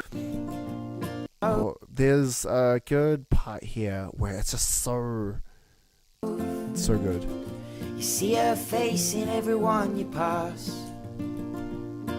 Cause you search for years, but you lose everything you find. There's braille for This the part, deaf and a signpost I remember the for song. blind. Hey, this part roughly around There's here heaven for the cruel, but the is devil one of waits like for the kind. one of the few moments in songs where I was like, it will hit you like with a fuck, damn, that fucking hurts, ow moment, and it does it so well because there's just a silence afterwards. And This you bit here. walk down to a window and press your face against the glass, This bit here. only to find that she is happy in his arms. And the subtle fade out and back to the whistling, and it's like it's simple but it's effective. I love it when musicians use silence to their advantage. If people ask me what do you mean by using silence to your advantage, this is literally what I mean. It's like silence. As much as I'm a big advocate for music, silence is better than some fucking beat drop or like anything. Sometimes silence can be like the best weapon to like emphasize an emotion, and like that like part. You walk down to a window, press your face against the glass. Once again, like emotive music that fits the melody but is also describing a scene, only to find that she is happy in his arms. And the little like fade out on the vowels of like mimicking their disappointment, only to find that she is happy in his arms. And then just the quiet moment. That quiet moment looks like you're experiencing the trauma with him. Like the holy fuck that hurts. And then the whistling as if it's like goes back to normal, as if nothing fucking hurt, is fucking so good. And another good example of his lyric writing that I fucking love is I remember you showing me the song at school. I've been a big fan of him. There was this animation video I used to always go on, but I don't think I can find it anymore. It was literally made with paint. I don't think it was this one. It was... is it really got... Yeah, it was this one. 14 years ago. I remember watching this. I watched this video and this is how I found the song. Like, 14 years ago. 2008. This video screams 2008. Like, this bit here, though. She will wait for you, idolize, adore you, love and reassure you, you couldn't let it be. You let it linger, slip on through your fingers. So that September she moved across the sea. Once again, good example of like how your face drops and how your heart stops. Sitting at the bus stop when he told you that she and like the emotion on the vocals here. Run to the harbor and to tell her that you love her. As the boat disappears, you never felt so alone. As you've blown out all your candles one by one. Yeah, it's so fucking good. It feels like every bit of instrumentation has a purpose. Like, they're not just randomly put in because it sounds good. It just feels like well timed, well structured.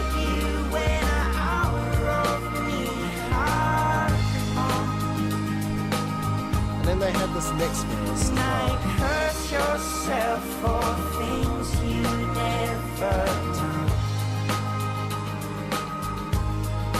This next verse as well is. Now your grandson, blonde-haired, blue-eyed, handsome, calls you up from London and sits and asks you why. So your answer, don't be scared of failure. The only failure is never to try. Never to try. Never to try.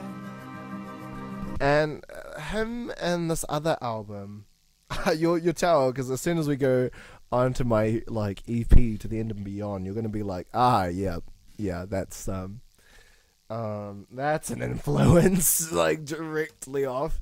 Is Avalanche City, one of Avalanche City's albums is Our New Life. It's almost a direct copy. Well, it's not a direct copy, but like This album and Passenger was like a big inspiration for the first EP I did, which had like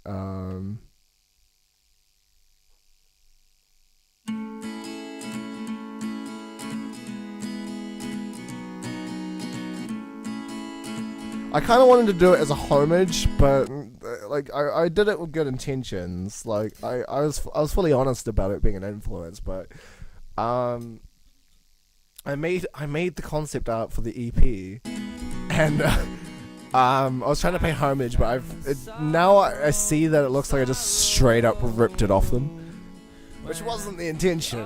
I just really love Avalanche City as well. follow. In the distance I hear the pause. It's not a direct copy, right? Oh, and this song as well was good inspiration as well. Just kind of, and Bon Iver. I'm gonna show you these, and then I'm gonna flip back to some of my songs, and you're gonna be like, okay, yeah, now I hear it. Because that's what you deserve. You sacrifice so much of your life in order. Okay, so you hear some of this? Cool. We'll go down to some music, eh? God, look at all these videos. Yeah, this To the End and Beyond, which I wrote about my granddad. 72 views. That's not even that bad. And I recorded it because one thing I want to avoid is when I get this acoustic electric is that you have these cables that go directly into an audio interface, which is what this is going into, what most of my instruments go into. But my acoustic guitar that I have, which is a classical guitar as well, which is only really good for finger picking, unlike my other one, which is broken but still works, but is broken in two ways. The last string doesn't work, and secondly, the electric thing broke, and I somehow lost the battery too. But like I recorded this straight from video, so basically if I just recorded this without this, and I had like it's almost the equivalent of recording off your phone. And the thing is like, unlike going into Ableton, where if you were to record vocals, which how most musicians do, spoiler alert, is they will do like 2 or 3 vocal tracks where they'll sing over the same song. Then they'll listen to them individually, and they'll take the best way they sung the said line, and then they'll cut and merge it into one track, so that every time they said, "Don't you dare try and miss me when my time comes," like, "Don't you dare try and miss me when my time comes," like, those are 2 lines. There'd be 3 tracks sung overall, and then they would go over those 3, and for the first line, they'll go through the 3, cut. It might be the first line, first take did it really good, but when my time comes, might have not done it as good the second time. So they'll go to like a second or third one, and they'll cut that, and then they'll do that. That's how it's meant to be done. Properly done. Me, who doesn't have that, or didn't even really, what did I have? I had like some shitty laptop who could barely like run video games. It could only really run Undertale. I didn't have anything, so I literally just I would put it on OBS. Funnily enough, I would have it like this. I'd put it on OBS, and the exact way you see me right now, like with just this, I'd have a guitar. And I would have a snowball mic, which I use for the PlayStation, which is a shitty mic, by the way, but it's a good starter. I would have it here, and I'd have to get it in balance with the guitar. And I'd have to do it with like my vocals here, and I'm like, "Don't you dare." And if you know anything about singing vocals, that's horrible on your vocals. So I couldn't edit it, and I had to do it on one take. And I kind of regret that for the EP, because it is the worst recorded thing ever, but it was a lot of better stuff, because I wrote 3 songs in 3 days, and then I wanted to record it. I didn't know how, and that's how I did it, and it was a very schoolboy project. And I haven't actually listened to it since, except for my 21st, because the song was dedicated to my grandfather, and all my family was there, and they gave me a guitar, and they really wanted me to play it. And I completely forgot how to play it. So I was playing the song, my own song, which I wasn't expecting to have to do. Someone gave me a guitar. I had to remember it, and then I improvised a lot of it. And it was a song dedicated to my grandfather. My grandmother was there, so it was a bit awkward. I didn't know how to play it, but I did it, and yeah, it wasn't the worst thing ever, actually. Now, watch as the first line comes up, and you'll see my facial reaction. You'll see my facial reaction. You'll see my facial reaction. Just me cringing to this song. Don't you dare try and miss me. Yeah, no. When my time comes. I hate my own voice. Instead, drink up, 'cause this one. Yeah, Ryan Wood is a great animator. who did the animation for this, and I was listening to my own song at the time. Well, I was just looking for animations, just other stuff, and it just synced up really well while I was listening to it, and I was like, I'll put it over it just because it fits the theme, it does really well. And I thought, you know, as long as I credit him, it should be okay. Now I'm dancing in the dark with nowhere to run, and all we got is here to the finish line. It's all we've got, and so here's to death and all is fun. You can hear the influences though from like Passenger and like City and Color and Avalanche City. Like, you'll see it in the album cover. Listening. God, my voice is so cracky. You all sincerely, and I'm scared of the And I need to relearn it because I'm thinking of as soon as I get that electric acoustic, and if I don't have to fix my TV, I might actually, because that's going to be my biggest weekend of working, I might actually just outright buy a guitar, electric acoustic guitar, and then I'm going to do open stage. So drink to me. I'm honestly tempted to get you to 69 subs. And if you're in pain, I plan to get serious about it as well as soon as that PC comes through. let it be. Because I'm actually getting it via a friend, so as soon as they get their PC, their new one, I'm gonna get that PC, which is why I haven't got it yet. But as soon as I do, it's gonna be good. A wholesome journey. That was not a wholesome journey. I lied. Oh shit! This is the first song I ever did as well. Oh god. Gotta guys. Hello. I don't know how this is going to go. This might sound terrible. This might be terrible. Oh my god, look at me. How did I grow more facial hair then than now? An hour 20. Just reacting to a lot of young content. This is an hour 20. I've only got a verse. You can tell it's straight from the video as well because it's maxed out at 240 p quality. No, it was my own PC. Chorus and a verse. However, we will try and improvise and see how far that goes. God. Probably indefinitely leave a crash landing, but how safe of a crash landing? How safe a crash landing? Yeah, there's proof that's all in one take, by the way. I don't remember how good I did with this. A 1, 2. A 1, 2, 3, 4. 2. A 1, 2, 3, 4. Talked about the day ahead. Was there comments? And I thought, shouldn't we? I won't comment on it either. Started to believe our dreams. Started to think on you and me. It's like it being recorded off a phone. And I just kept driving right past the exit. Voice break as well. The little spike, lag spike or whatever.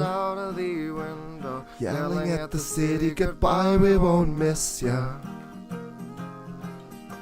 I was pretty proud. I'm still pretty proud of the lyric writing. No edit allowed. Oh yes, one shot, one take, one shot. 1, a 2, a 1, 2, 3, 4. You smile at me, and I to you. And so to the south we go, to a little cottage home. If you feel alone, you can call me home. Yeah, but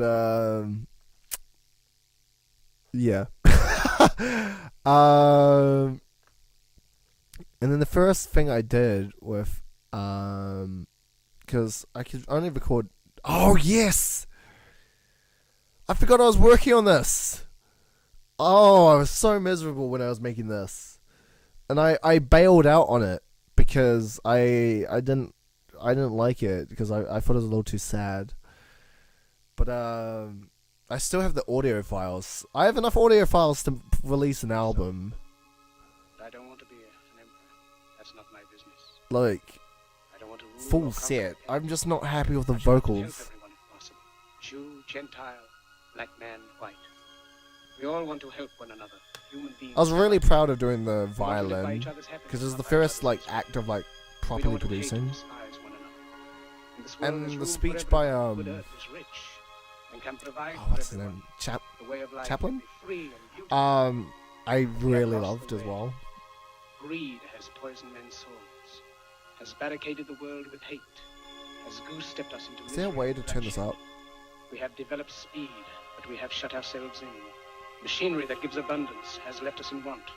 Our knowledge has made us cynical, our cleverness hard and unkind. We think too much and feel too little. More than machinery, we need humanity. More than cleverness, we need kindness and gentleness. Without these qualities, life will be violent, and all will be lost. In retrospect, it's very clumsy. Don't give yourselves to brutes. Men who despise you, enslave you, who regiment your lives, tell you what to do, what to think, and what to feel, who drill you, diet you, I treat know. you I like think I was in a cattle, very use you I was as in a cannon very fodder. emotional Don't give spot yourselves to these unnatural men. because Machine men at the with time I was machine making minds this, and I was machine running the hearts. You are store, not machines. You are not and cattle. it was the first You are time men. managing, and You have the like love of humanity there was in a your lot of hearts. arguments You going on don't at hate, work, only the unloved hate. and I The think unloved shit and in the my own life was unnatural. hard at the same Soldiers, time, don't fight for slavery. and it was Fight very for liberty. emotional. And then I decided to put it into In the music. 17th chapter of St. Luke it is written, the kingdom of God is within man, not one man nor a group of men, but in all men, in you. You, the people, have the power. The power to create machines, the power to create happiness. You, the people, have the power to make this life free and beautiful, to make this life a wonderful adventure. But they don't. But that's okay. And how it feels to drown as well. That was gonna be like put in the middle.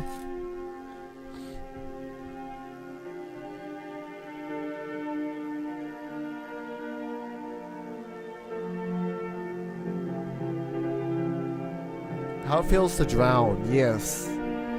How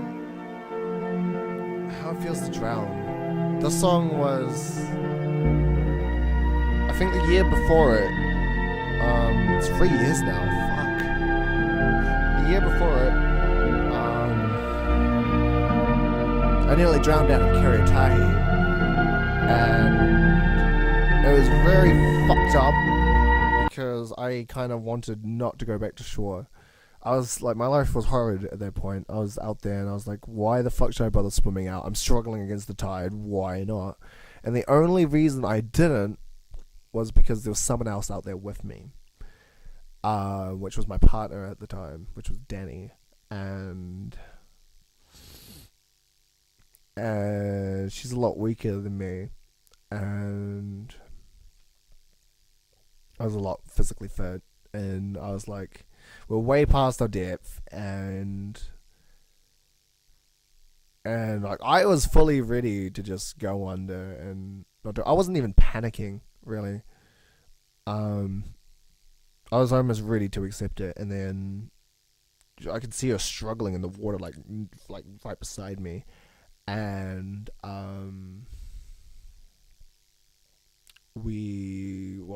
I got her. I had her in like this piggyback swimming position, and I just swam my way to shore, and then she's almost like passed out, and went to the doctors, had dry drowning because she swallowed ocean water from panicking, from like trying to get up, and the water would come up and down.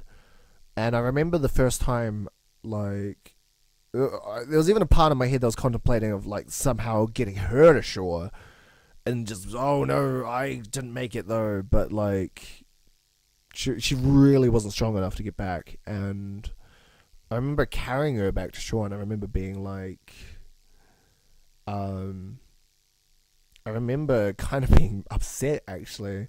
I remember kind of being upset because I was kind of thinking that was my window to leave this earth, and I didn't take it. I was kind of furious because it was one of those areas where I could be like, oh, it was a swimming accident. It wasn't suicide, like, but like, I just didn't. and then that played on me for the next year as well. Next 2 years, actually. It still plays on me a bit now. And so I just did the track How It Feels to Drown.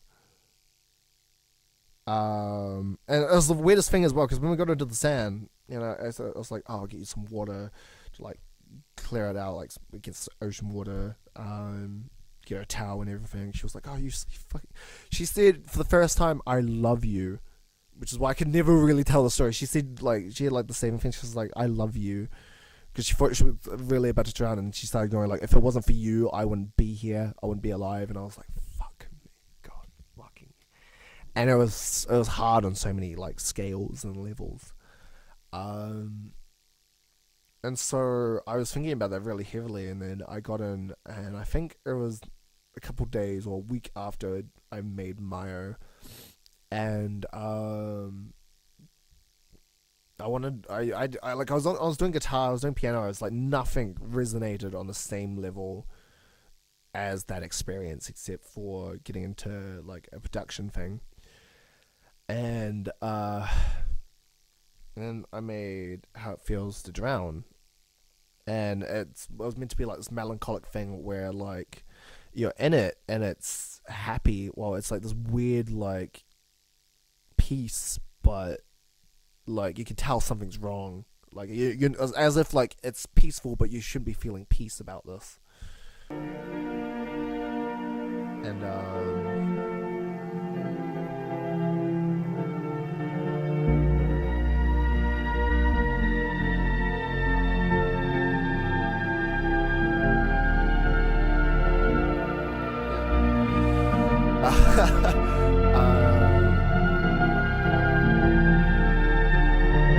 it was just really haunting, and then having like the submarine like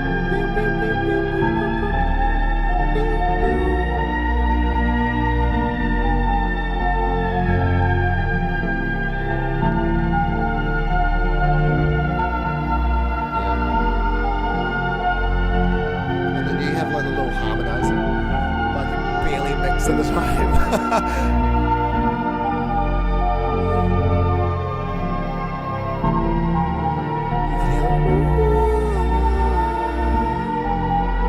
Except I didn't have any like reverb or anything attached to it. I didn't do any reverb or anything.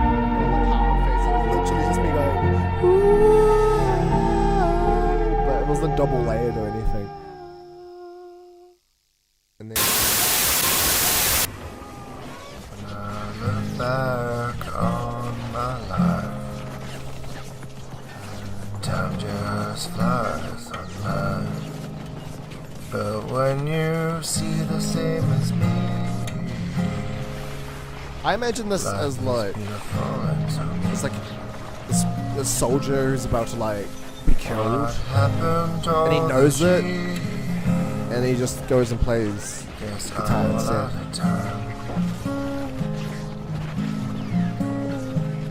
Very story focused.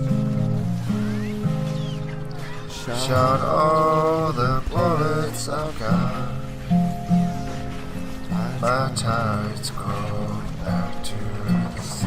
The whole thing was like the tides call back. My tides call back to the sea is like rejoining the sea.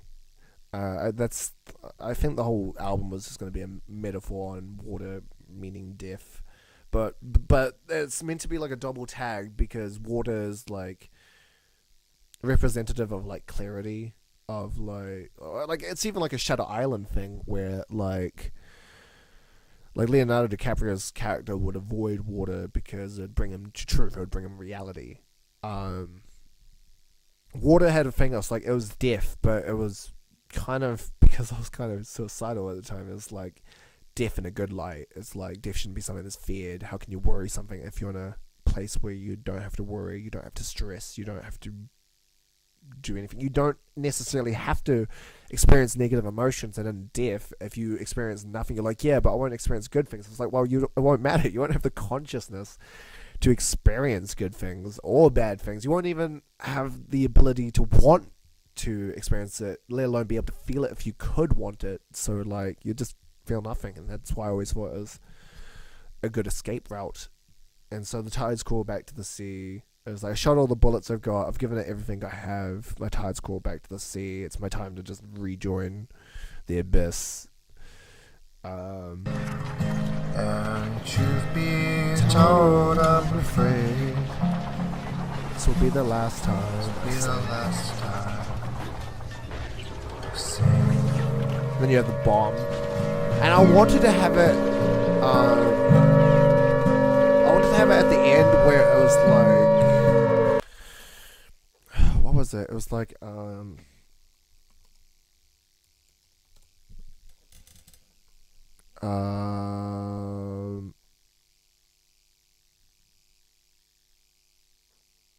what was it? To counter and I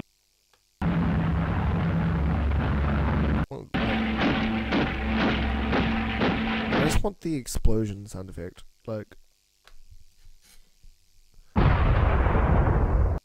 But I remember I couldn't find the exact one I wanted. I wanted it to be like as if there's like a billion bombs dropping in place.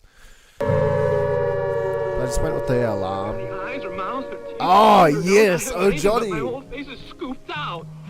Oh, I loved this one. It was probably my most edgy song. I haven't got anything but my whole face is scooped out. Oh, Johnny is a reference to one of my favorite books ever. Hold up, it's my favorite book ever.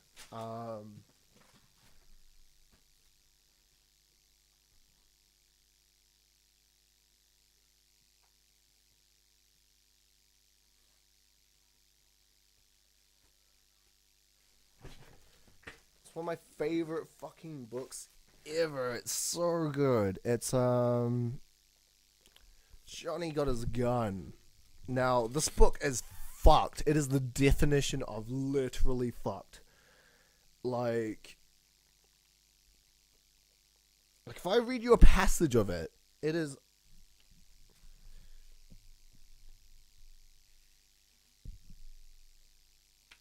Where is it?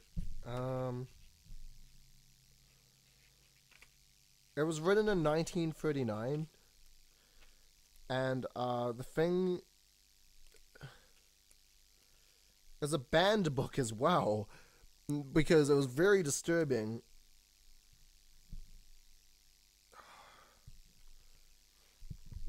Where is it? There's a passage I always love quoting because it shows.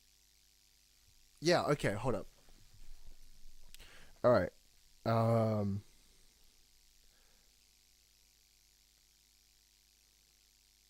It's like, okay, yeah. You in both of my arms, carrying. Like, so they had these flashbacks, but they would flashback in between. So it was like, goodbye. Oh, wasn't this one? Oh, what's it here? It's like, Karine, I don't want to go. I want to stay here and be with you and work and make money and have kids and love you, but I've got to go. For thine is the kingdom and the power and the glory forever and ever. Amen. What so proudly we hailed, you in my arms carrying forever, whose broad stripes and bright stars, American flag. Goodbye, everybody. Goodbye, goodbye. My son, father, brother, lover, husband. Goodbye, goodbye, goodbye. My father. And this is in a flashback where, like, it's the night before he leaves. And they cut it back to present day, and it's like, Joe, dear darling, who's the character, Joe, hold me closer, drop your bag and put both of your arms around me and hold me tightly, put both of your arms around me, both of them. You in both of my arms, carrying, goodbye, both of my arms, carrying in my arms, both of them, arms, arms, arms, I'm fainting in and out, all are in my arms, carrying you in both of my arms, both of my arms, both, I haven't got any arms carrying, my arms are gone, both of my arms are gone, Karine, both of them are gone, Karine, they've cut off my arms of both of my arms, oh Jesus mother God, Karine, they cut off both of them, oh Jesus mother God, Karine, my fucking arms. And then it hits back into present day.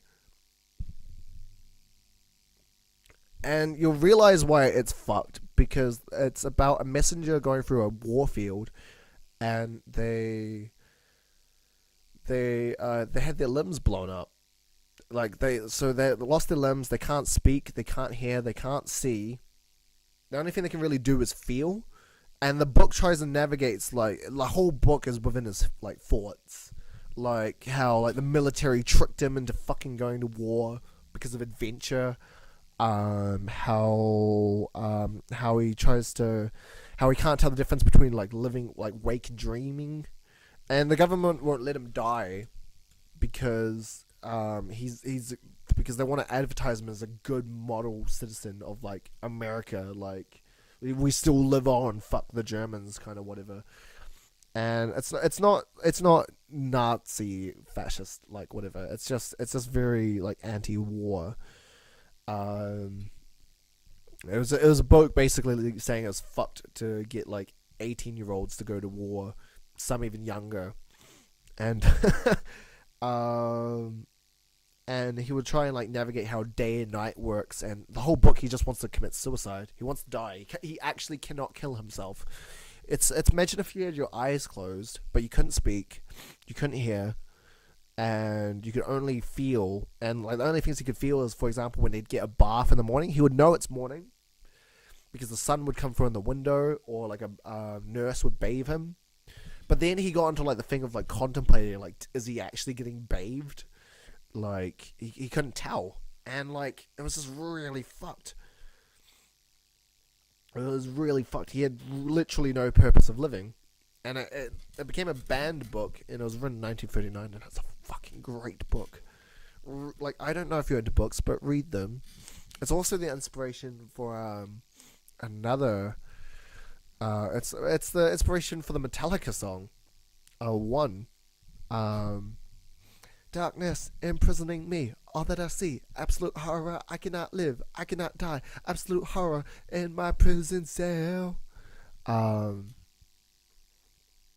Yeah, but they had a film in the 60s about it, and the person that speaks at the start is Joe, who you hear is in a dialogue, and I just thought, like, a song about Johnny Got His Gun, the book, would be fucking awesome to do. It's a really dark, disturbing book, and it's probably my most edgy song.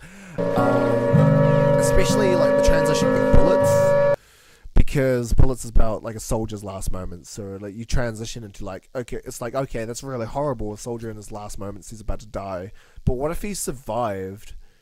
Yeah, that doesn't make it any better, does it?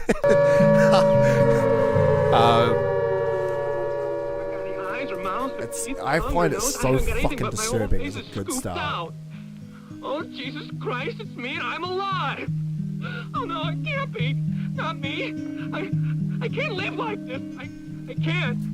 Please, no, I can't! Help me! Somebody please help me! Mother, where are you? Help me, Mother, I'm having a nightmare and I can't wake up! Darling, give me those sad eyes.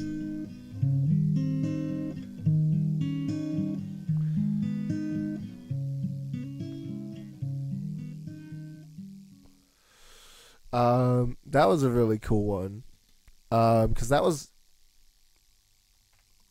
inspired also by a Coldplay song. I think it's called "I Bloom Blam." I don't know. It was, you can hear, like, the guitar inspirations. I kind of wanted it to have this sort of vibe. It's like doo-doo. Me all the time. Except this one's a lot happier. Like, Oh, too pretty baby, where do you go to when the night winds away? Ask me so sweetly. like, you can hear, like, the guitar inspiration from this, but I just thought, like, what if this had a darker, like, influence to it, and then I listened to it, and then I created my own chords and my own vision for it, and then came out Oh, not that. I appreciate that, but no, that's not what I meant. Then out came this song. Please help me. Mother, where are you? Help me, Mother. I'm having a nightmare and I can't wake up.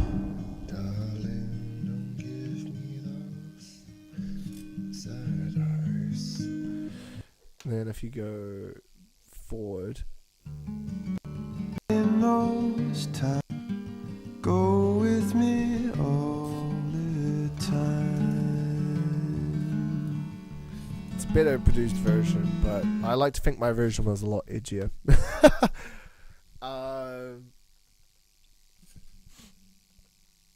And now I'm not good at music at all. I think I meant to get better. I just did not get better. Gary's motto and the Philosopher's Stone. I love that. You know what's sad was how I had the height of my streams. Where was that? It was San Andreas. Or like, I had a good consistency. Of like, you know, a decent amount. I looked like I was growing, and then as soon as it was about my music, it just had a slow, steady decline, which was very sad. But I mean, the facts are there for a reason. When are you meeting Zoe? She is coming over at 6. Apparently, the artist might be posting a picture of her tattoo, which will be pretty exciting.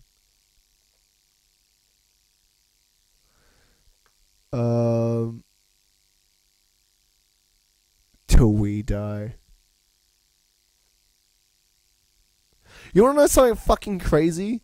This stream right here is where Zoe saw me for the first time. This stream was the first time Zoe saw me. Or looked at me. She watched the stream.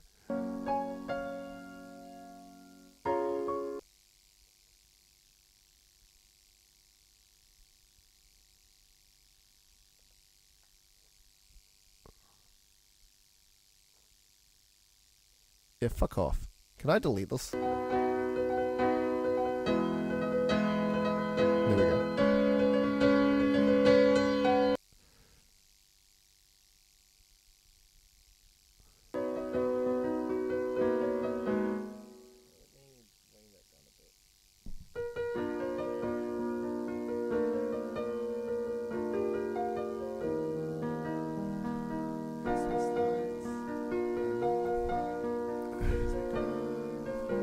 Oh, I forgot about Christmas lights.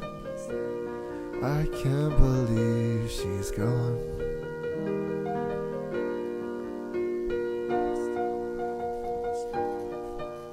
It don't feel like Christmas at all.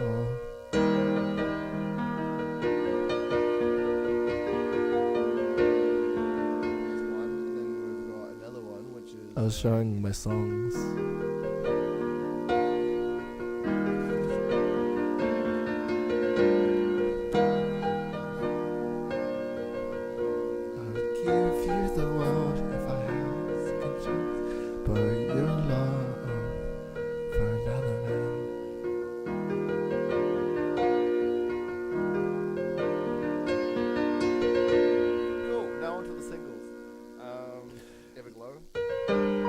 Everglow.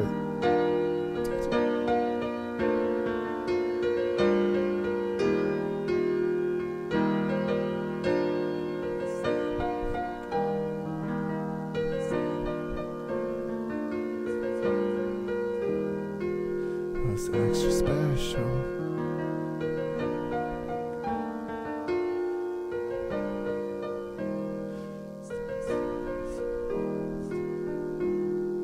My vocals fucking suck, dude. But I have the piano to compensate.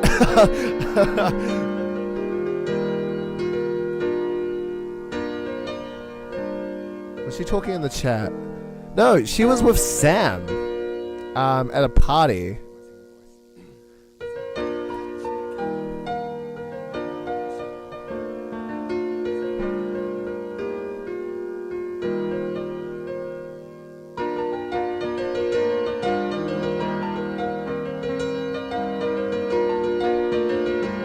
writes such colourful music.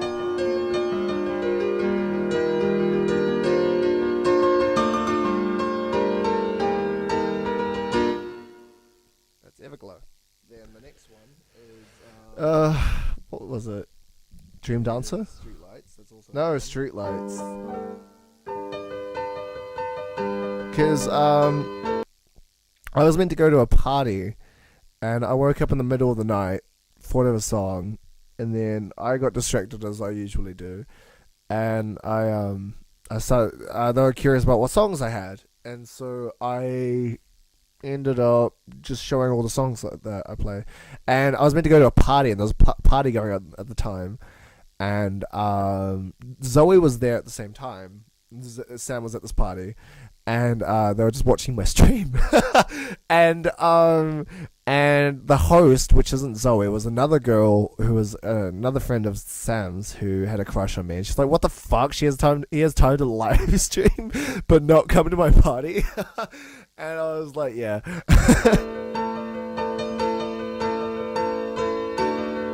Yeah, this was playing at a party. I don't know how to feel about that.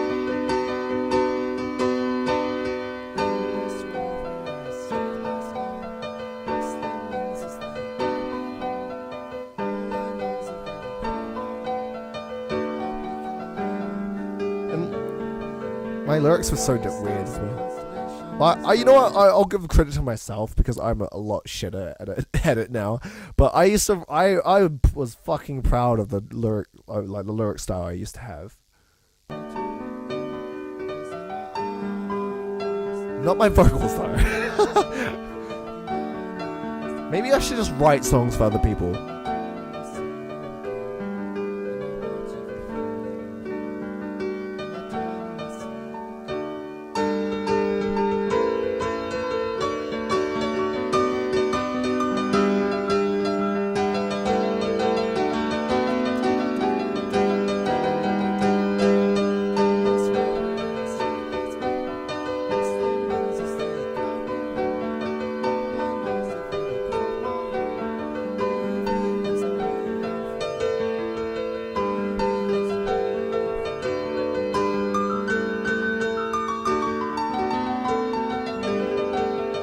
I love this song. Like some of my singles, I reckon if that song, I reckon was fully produced. It wasn't me producing. There was a competent producer working on it. I reckon that could be a solid fucking song. And how many kind of poppy songs do you know have a fucking bright, colourful piano solo in the middle of it?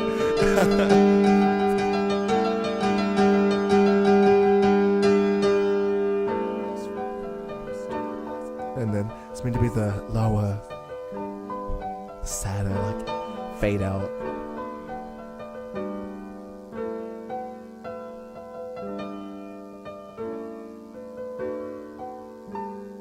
I've gone so lazy, I'm watching a stream of me play songs instead of actually playing the songs. But I'm slightly sick, so... That was Streetlights, and now... Probably until the last Dream single. Dancer. Well, besides the one I'm writing is probably not a single, but I've got the melody and things. I've got the first verse and I've got the chorus, but I got the start of the second verse, but I don't know what to write for the second verse. I have myself locked down.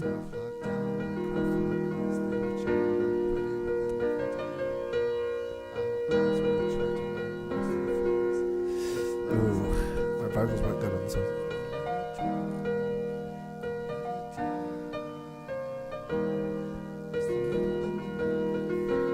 Yeah, I've got the lyrics and the idea, but once again, it's my fucking vocals, man.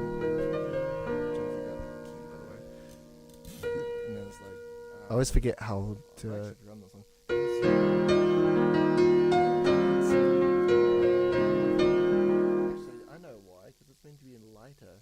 Higher tone because I'm trying to sing too deep.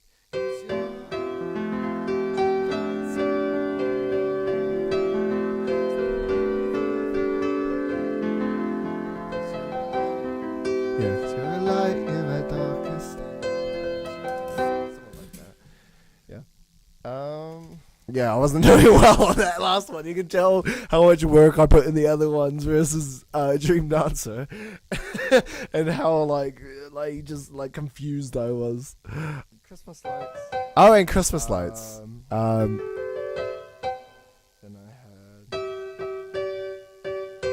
I have this new one I'm trying to write, which is Oh.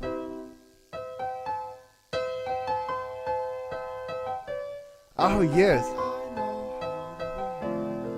I don't think I know how to be human. I forgot I was writing that.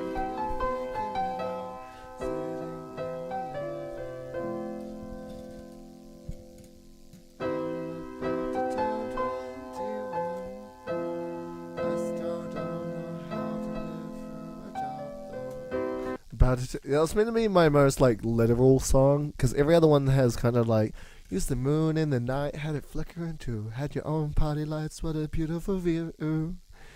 And then that song's very literal. It's like, I don't think I know how to be human. Maybe I'll figure it out sitting in my living room. Kind of mocking myself. And then it's like, I'm about to be 21, but I don't know how to live through a job though. Mentally wanting to kill myself.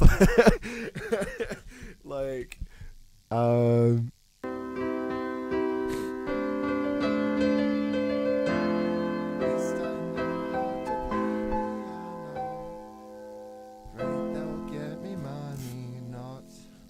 great, that'll get me money, not.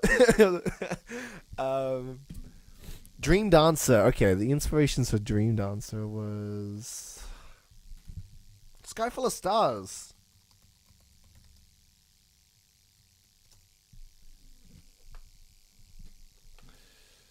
This fucking song was the because I loved the atmosphere of it.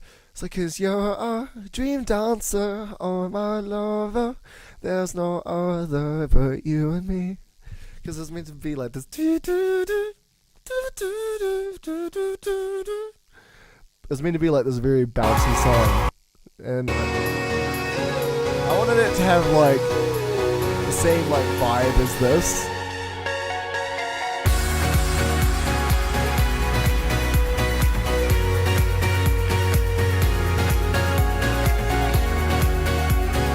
Although it's not really failing, it's meant to be. It's a more subtle version of that. Maybe something like Every Teardrop.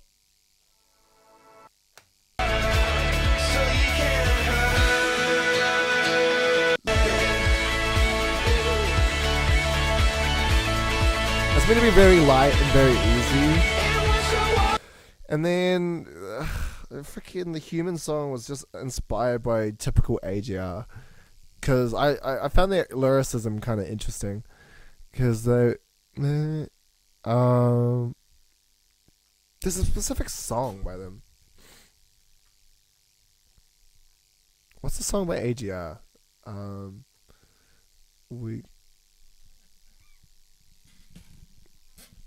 It's not Humpty Dumpty. Good partner. What was it? It's gonna drive me nuts otherwise.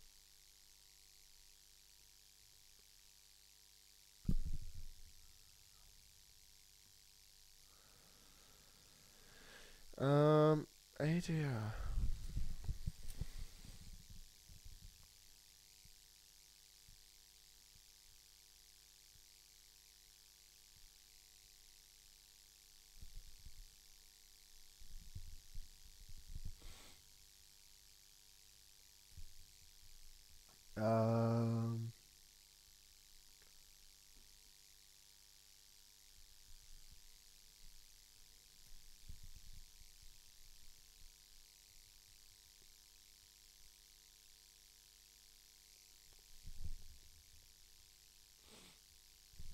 It's way less sad.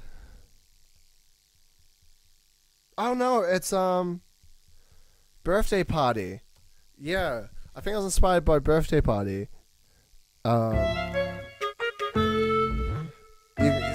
There's. I need to sneeze all of a sudden.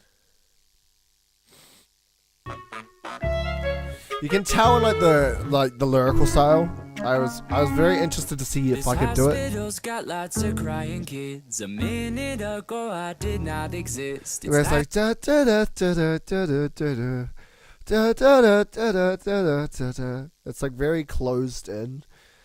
Like, I'm gonna walk to the car now. Hopefully it doesn't fucking blow in my face. Hopefully it will start. Like, it feels like you're like kicking a can down the road as you're like singing like, my fucking life fucking sucks. I hate my parents, they suck. Has to finally meet my relatives. I bet it's always gonna stay this fun. I bet it's easy staying away from drugs. I bet our parents always stay in love. Always stay in love. I don't know about the little voices. I wouldn't do that personally. Party, I'm 1 minute old today, and my minute's been going great, and I hope it stays that way. Like, this is a good song as well. Bo Burnham, man. Oh, I want the edge of like Bo Burnham, but like I can't really play the guitar very well, or sing. So sometimes it's creative direction, man. Sometimes I want to be like colorful and light and party and very easy breezy like AGR or like Ty Verdes or Coldplay, and then other times I want to be fucking like more on the edgy aspect or more like underground, like you'll never be famous like unless you have this one hit song aspect like Bo Burnham or like Radiohead or Passenger. Like it alternates, but it's hard to create an image because they're so polar opposite. Like there's one aspect that's just very fun, like yay, and then the other aspects like fucking like art is dead. Like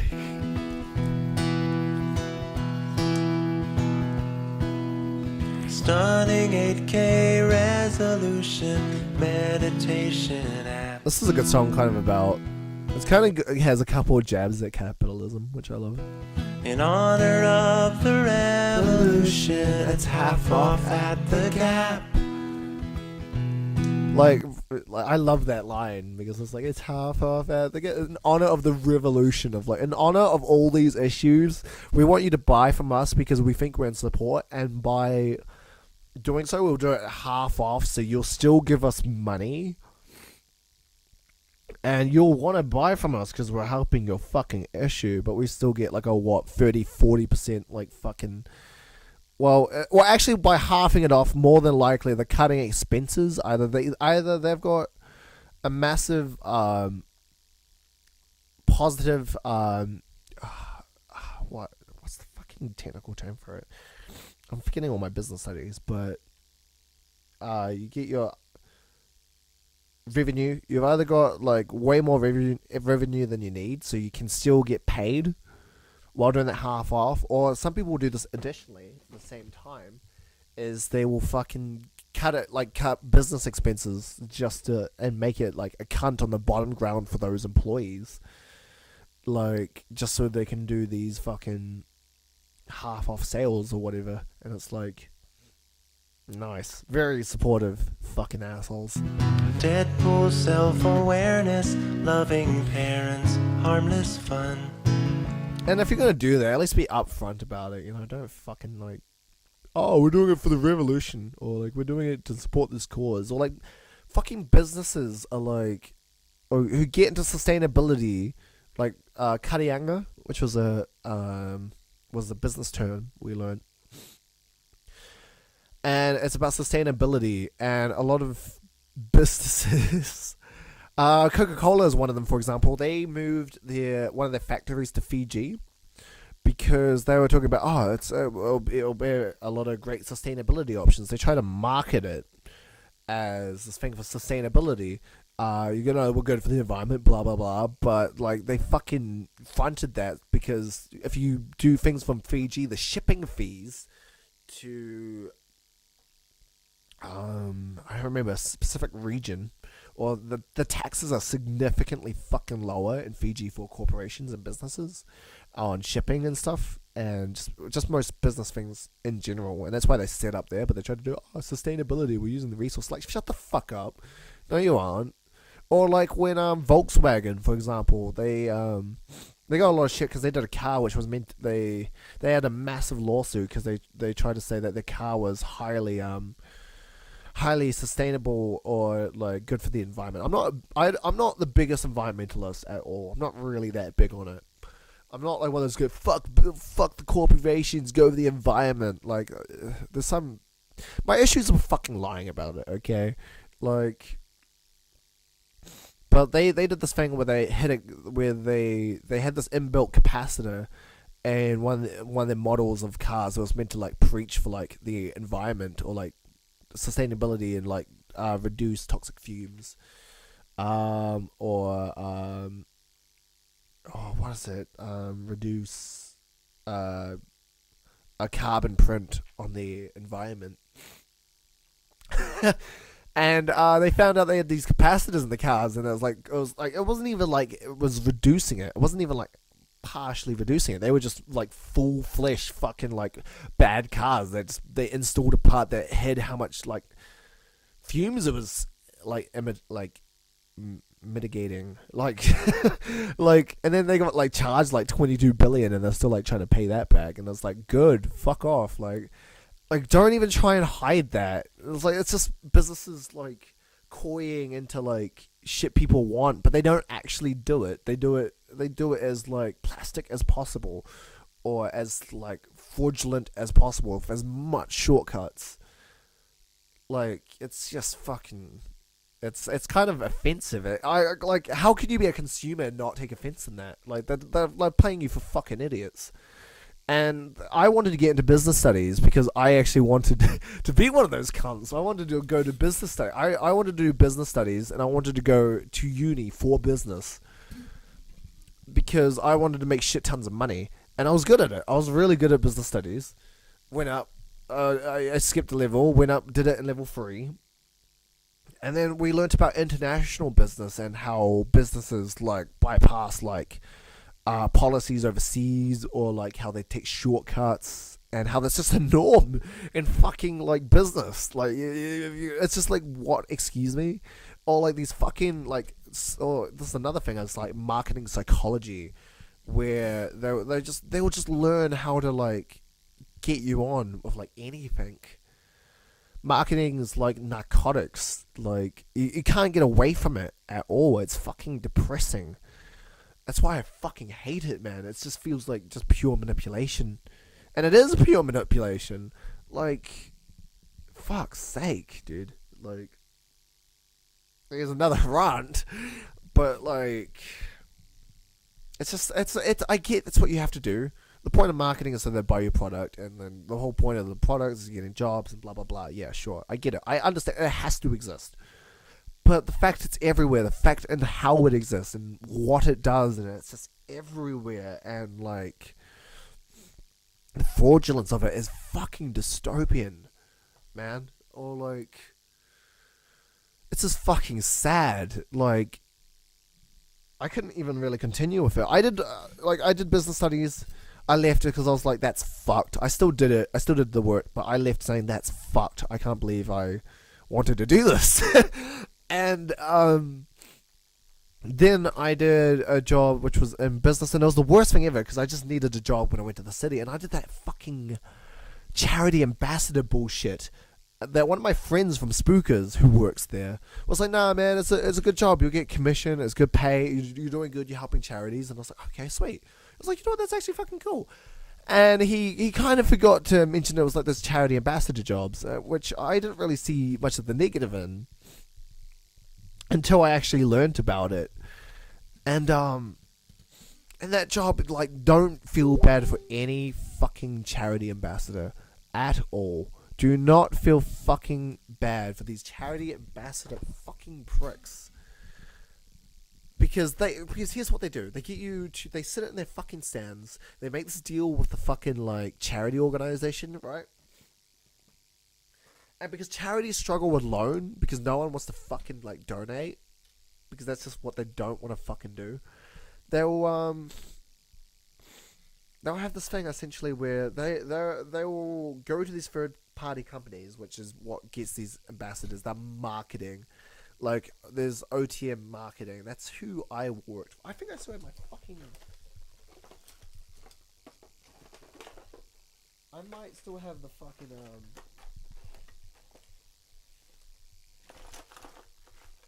I have it somewhere, but I had this fucking this little card thing, and what they would fucking do is they would go to this third company like OTM marketing. Is it OTM group? This is who I fucking worked for. These fucking cunts. They are such fucking douchebags, man. This guy, I remember him. Fuck this dude. Business development, hustle, do more. Fuck these guys. Fucking assholes. This guy is the biggest fucking asshole of them all. He was the big boss behind it. And essentially what they do is they'll reach out to OTM. These charities will reach out and will promise to pay them more, the majority of the donations by people, for their payment, just for a small portion that will go to the charity. So how it will end up looking is, say for example, you donate like $20. You donate $20 a month. Okay. And okay, $20. Let's say, I don't know, $8 will go, like $10 will go to no, actually no, fuck it. It'll go $10 will go to like the CEOs or like the people running like the group, OTM for example, the sales and marketing company. And $7 will go to you, and $3, 8, 9, 10. $3 would go to the actual charity itself. In percentage terms, it's basically the majority of it goes to the. So it will go the actual person who made the sale, the group leader of that sale. Majority share goes to the big owner, like the big guy on top. And then a small portion goes to the actual charity. And that would work with the commission plans. The more you get, more in a broad stroke, it just increases for everyone. And you get a fat pay too, and that would be relatively okay. It's like, oh well, what's the problem? It's like, well, firstly, you're going to these consumers, bugging them at fucking doors at stores, and you're trying to get them to guilt trip these fucking assholes to donate to your cause, which is essentially paying your check, paying your boss's check, and a small portion of whatever you're donating is actually going to the actual charity. But the worst fucking part was when I got my first ever sale. I do not forgive myself. I went and sold to. I was sitting there and you'd have this leader with you. There's always two people. There's always two people you'll notice at least. They'll go and do these groups, and you would stand there, and oh wait, did I even have it on that? Sorry, I just realized. Yeah, this is the fucking group I worked for. OTM group. I didn't show it, but this guy's a fucking asshole here. Fuck him. We have a range of careers options to people. Fuck off. Full of shit. Horrible people. Horrible fucking people. With Mark. Yeah, I remember his fucking name. God, yeah. Fuck. I lived like just. Where did I work? I lived somewhere here. I don't know. Oh no, sorry, no. I lived. Fuck it, I don't live there anymore. I lived here, and I would travel all the way up here to work up over here, and God, these guys suck. They're horrible people. You'd basically be guilt tripping, right? You'll be guilt tripping like people on their fucking pensions. Like they tell you to target pensions. Your job isn't to sell. You're not representing this charity, doing this nice, lovely thing. That's the thing that's meant to make you feel like you're doing a good thing. And you were trained not to. Yeah, you were trained not to. You're trained not to say you're working for OTM. You worked directly for the charity, and additionally, you're told to target old people and guilt them in, and you'll guilt them in. Oh, for a small cup of coffee, per week, you can cure cancer, you can cure world hunger, you can also have like 3% of your donation go to like to some fucking smug cunt who has like no morality and will have no guilt for like doing it at all. And here's the funniest thing as well. Look at these fucking photos here, right? They would get you to come in a suit. And they would pitch how great this company is, how many opportunities they would give you. You would get in these suits, and then the first fucking thing that you would do. Sorry, hold up.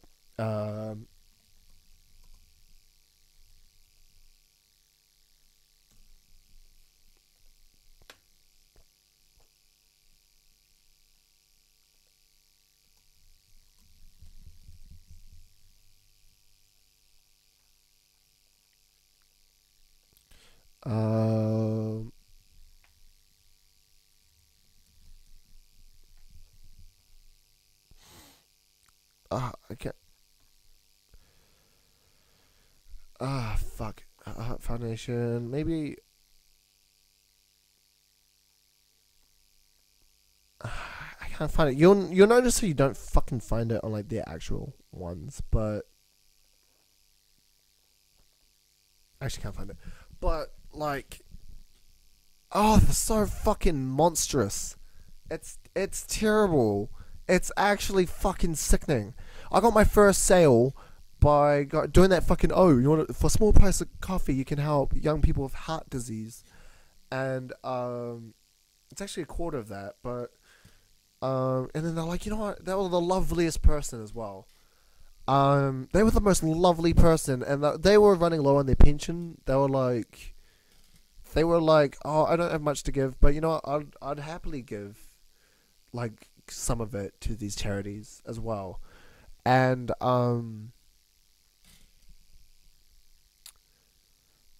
they fucking they did it. They went on this high subscription. I got them on a $20 one, and I felt entirely shitty about it. Oh my god, it's so fucking sick. It is disgusting. It is fucking disgusting. It is shallow. It is the fucking spit of the earth, man. My god. Fuck, man. It was so sad. I did that, and then afterwards I was like, no, I'm done. I worked less than a week on that job. I stood there and I was like, this is the most phony, full of shit ever thing. And they would like try and disguise how they would like how the logic of how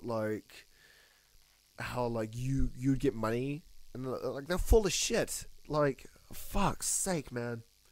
That is one of the shittiest things I've ever fucking done. Is that fucking job. And I give my friend shit, Jaden, not from Waku, but he worked it, and he even apologized, saying that he got me into it because he would get a fat payout for like bringing me on board, and he quit later because he felt really fucking bad for working the job as well.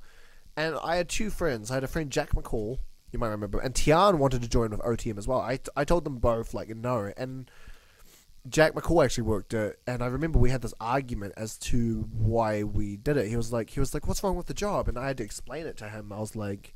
I explained it to him how you're not actually working for charity. They get you on this fake premise of you're working for charity.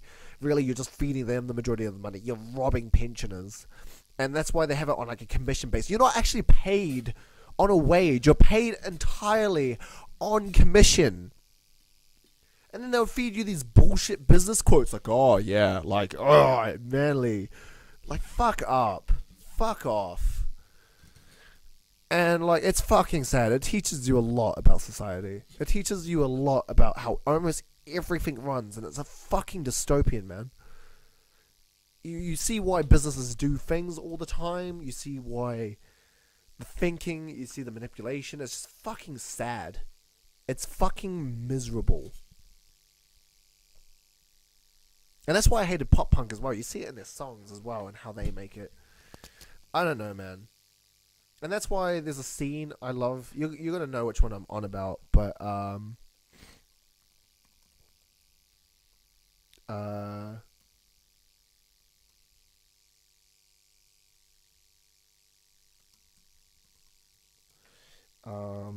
you probably know the one I mean, but I want to watch it again just because it makes me fucking happy.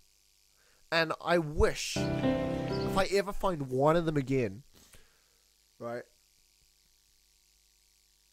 If I ever find one of them again, I am doing something like this. Like, no audacity. Like, I will even tell them.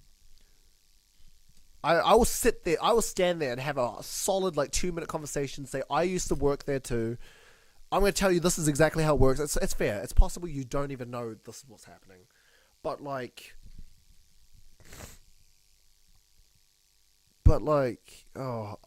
would just tell them. And if they were like, oh no, it's not, and they continue with the lies, I'd tell them, get fucked. I don't say that to many people, but if it was, I'd tell them to get fucked.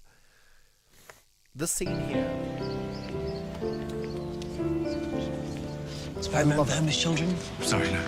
Don't care about children in poverty. Yeah, and this fucking line, that fucking second line, where they would bother you or make you feel really fucking guilty because you're not paying them. Like, fuck you. And they would have to do that because they're entirely dependent on the commission, and the commission is really good in their defense. But my fucking god. Spider-Man for homeless children? Sorry, no. Don't care about children in poverty then. If you're getting commissions so good and you're getting fat pay, you fucking donate to them. You fucking cunt. Sorry, I'm getting fucking... Spider-Man for homeless children? Sorry, no. Don't care about children in poverty then. Not at the moment. I've got bigger problems. Do bigger problems exist than the desperate poverty of a child? Sorry. I thought me saying I was busy was enough. What's the guilt tripping? And don't give me this altruism shit. You're not a volunteer. Everyone knows you're getting paid. You don't give a fuck about the charity or poverty-stricken kids. You want money. I'd effectively be paying your wages, you wiry little twat.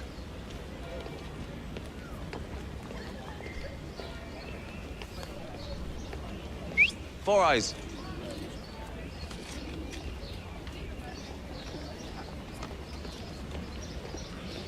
Yeah.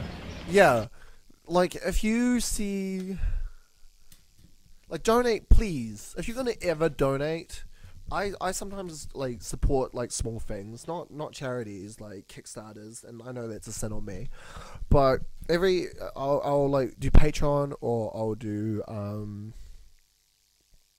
I Patreon Sam Does Art. I did some Kickstarter projects. I kickstarted We Happy Few years and years ago.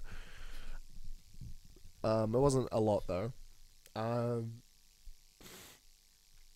If you're ever going to donate, donate directly to them.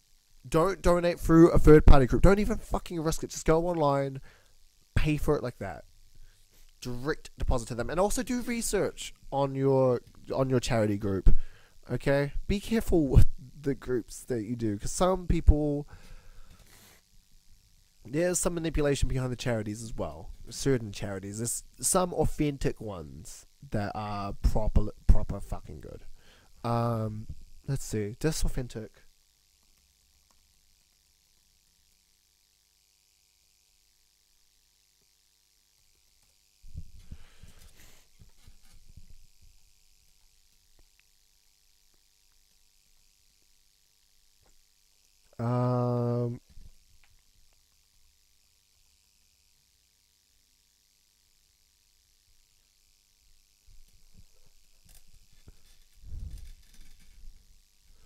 And a lot of people love to manipulate charities. This is probably a good one.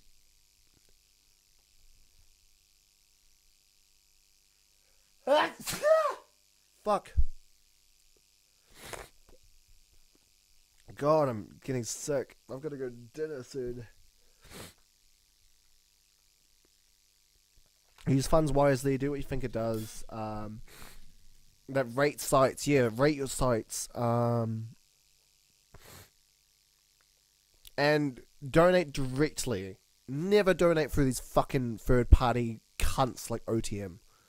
You're essentially paying a smug cunt like this if you donate through like those stand groups. If it's like cash collecting, they don't tend to do that. You know, with like the buckets and they got like little cash shots. You can trust those. More than likely, you can trust those. But the ones with the stands, like you'll know if they're a fucking cunt because they'll try to get you on a monthly subscription. They won't accept for some reason one-time payments because they don't get continuous money after that. And they make the refunding or the exit strategy very hard for you.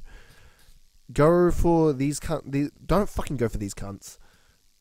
Oh yeah, the funniest part, I don't know if I mentioned earlier, is you would go to the office in suits, so they take all these fucking photos, right? But as soon as you start the actual work, like you'll have this office meeting, you'll have this thing, you'll throw around a ball, and you're like, yo, blah blah blah, business fuck up. You'll do that, and then you'll take off the suit. Everyone will take off their suits. They'll get in casual wear, and then they'll go to these charity stands. It's so funny. It's so funny how bullshit they are. Fuck's sake, fuck these dudes, man. Yeah, donate directly.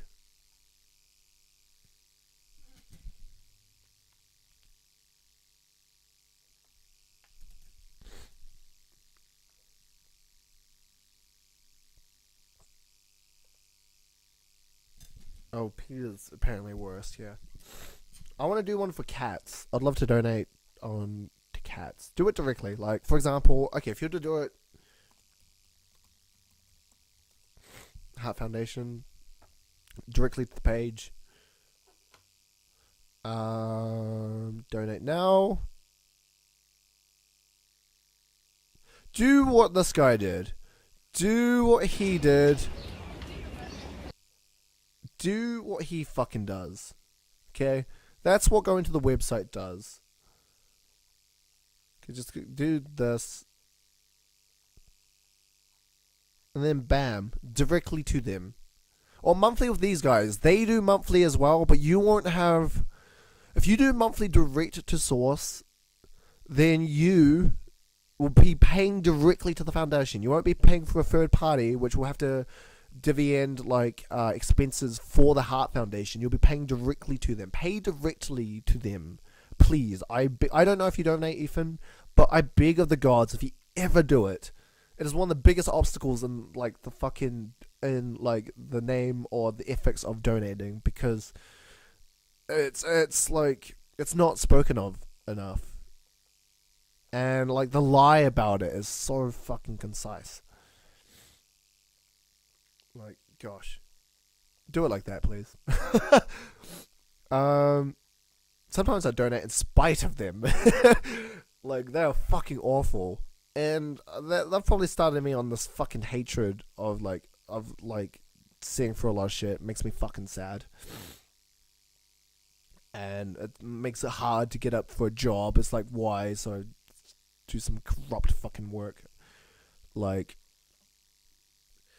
not all of them are like that though. Some people will have like homegrown businesses and they're genuine and they love what they do, and it's not about capitalism. Capitalism isn't essentially, it has two meanings. It is the ability to trade in a free market, and individual free market, which is good. But the main context in capitalism, I mean, is when you sell to a product purely with the intention of reaching the highest amount of profit or revenue that you could possibly do. And a lot of capitalistic intents or business philosophy and capitalistic essence is that you pay to fucking is that they'll take unethical routes to obtain the highest amount of profit. That's the best way to put it. My brain was skipping sentences, but that's essentially my big fucking issue with it.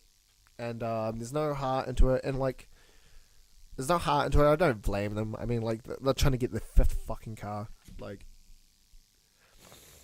go on ahead. Like, God, it's just fucking sad. Like, I don't know. Maybe that's my little rant. Maybe you disagree with me. I actually don't have the, I need a hot button in this, man. So it switches in between. Are you still here? I have no idea.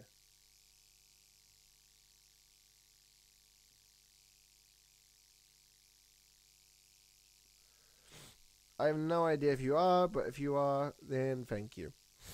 You know what? Ranting actually feels fucking nice. I see what Joe Rogan does. I see why people do it. But,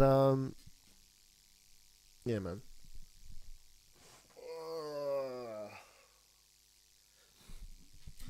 It's fucking... God, I kind of regret doing business studies. I had the choice between doing level 3 business studies or level 3 music studies. Or, not music studies, or just level 3 music. I should have done level 3 music. I should have just skipped and went level 3 music. But I thought, and in my defense, it did work. Like, I thought it would be better for a job than you that are doing business, and that was a big, like, a good portion to how I did in sales. Alongside with that was that I skipped a year and I was really good in business studies. It was good for jobs. It was good for jobs. I had impressive academic reputation. I kept myself up high. I knew how to sell. It made sense for me to be a manager, especially instead of hiring out and having to train someone, which is a lot more expensive.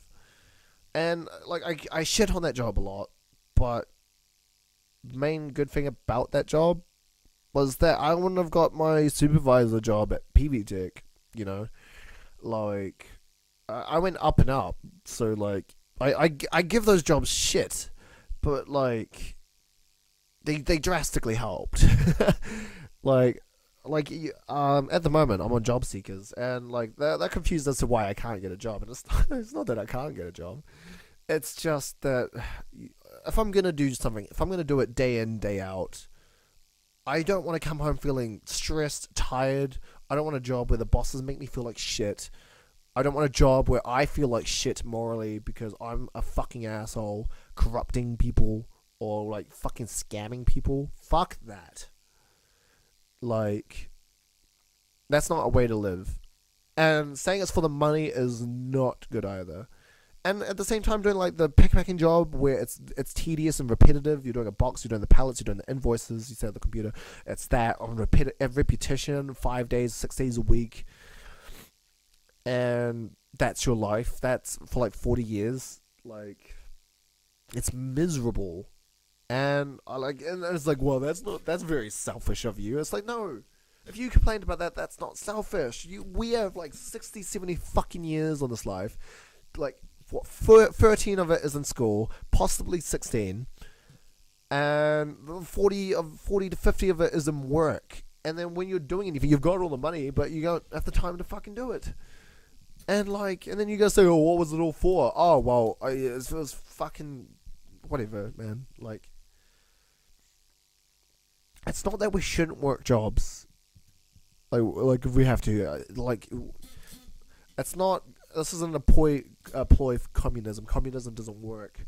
The issue is the divide between the allowance of policies of capitalistic unethical routes, how much they get away with it in international law, or differentiations between international law. They'll do something in Fiji, or they'll do something in fucking, I don't know, like Canada, which isn't legal in fucking, say, Europe, or in fucking like Europe or Pacific Islander, but they will get away with it. Or like there just needs to be more consequence for that stuff. And like, ugh, gosh, yeah. Which, to end it on, we're gonna go with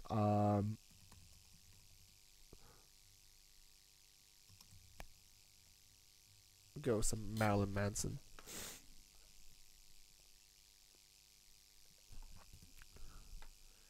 because I love the song.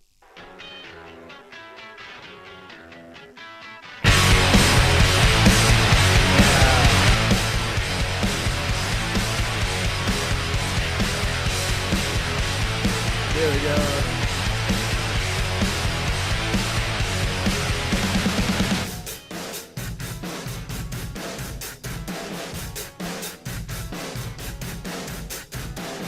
Never suffocates you more than the passion of everyday human events.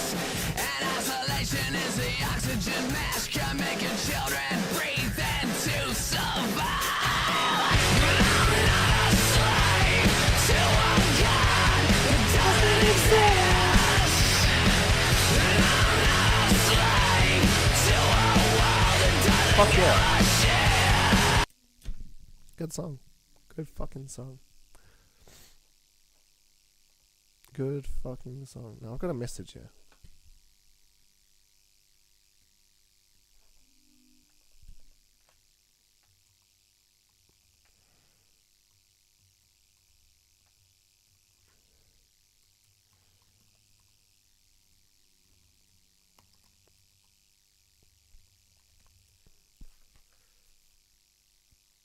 No.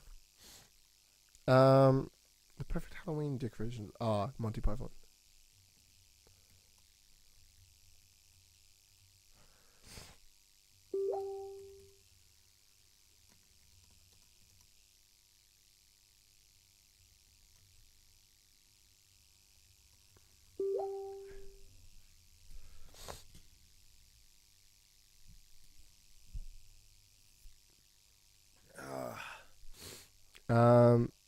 Yeah.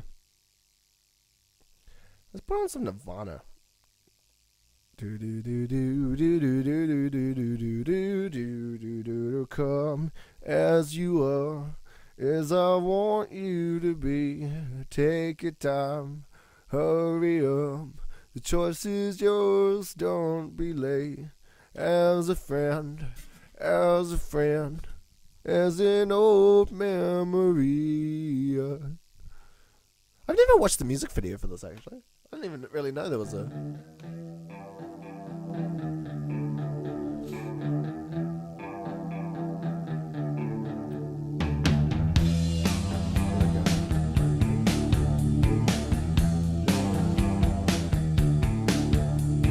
Come as you were, as I want you to be, as a friend,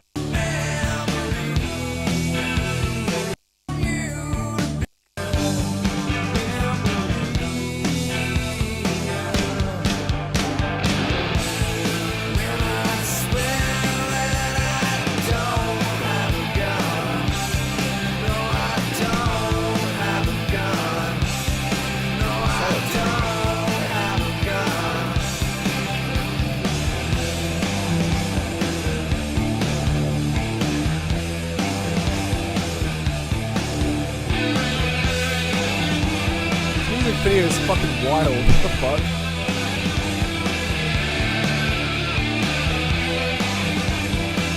Yeah, but if you're still there, say something.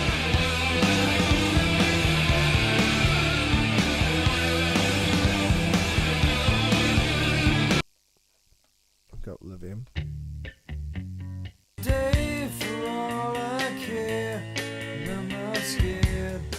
Oh, the man who sold the world. We gotta go with that song. which came as a surprise.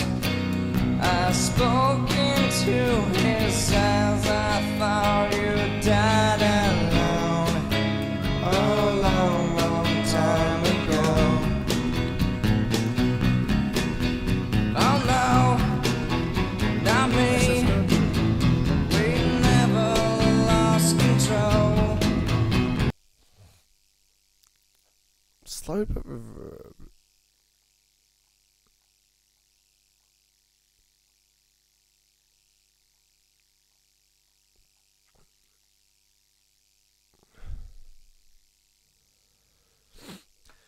Let's see if this is any good.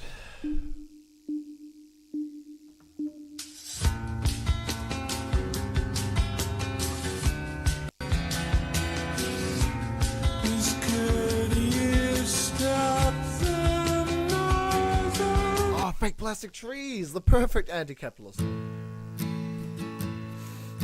The green plastic watering cans for a fake Chinese rubber plant and a fake plastic girl.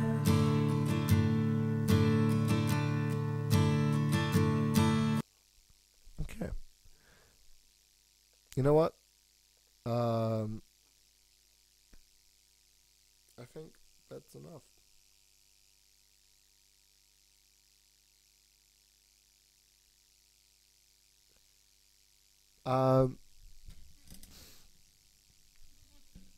That's enough for me. Probably been streaming for like 3 hours. Went on a rant for like 3 hours. My oh my. Yeah. It's been a good rant though. And on that note, well, no one's here. And I'm basically all alone. Let's do a new thing.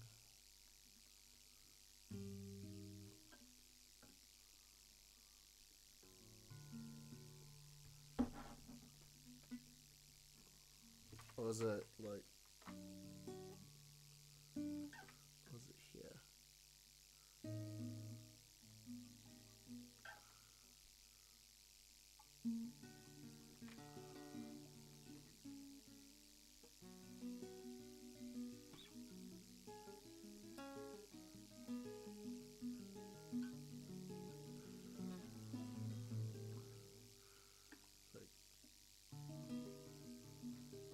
Something like that. I don't know.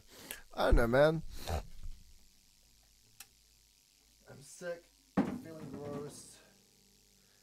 And I've got to go have dinner. With, Finn's girlfriend. With my girlfriend. Not Finn's girlfriend. My girlfriend. With my girlfriend, and I'm meeting her dad. Awkward. Okay.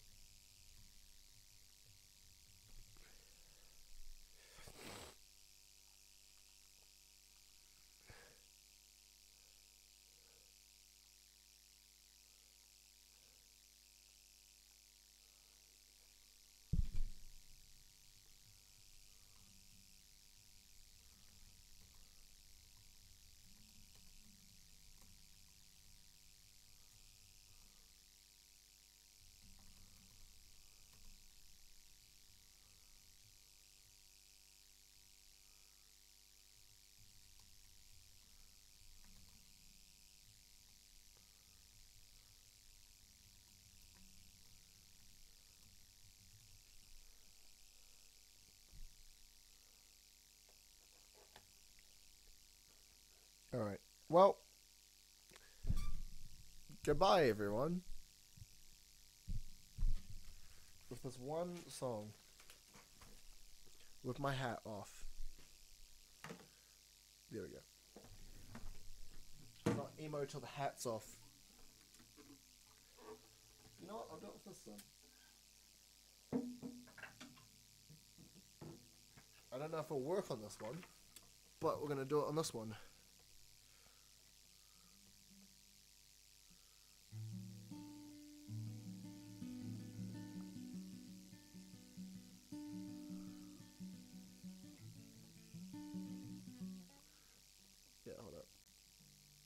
I just came up with this last night, so give me some grace.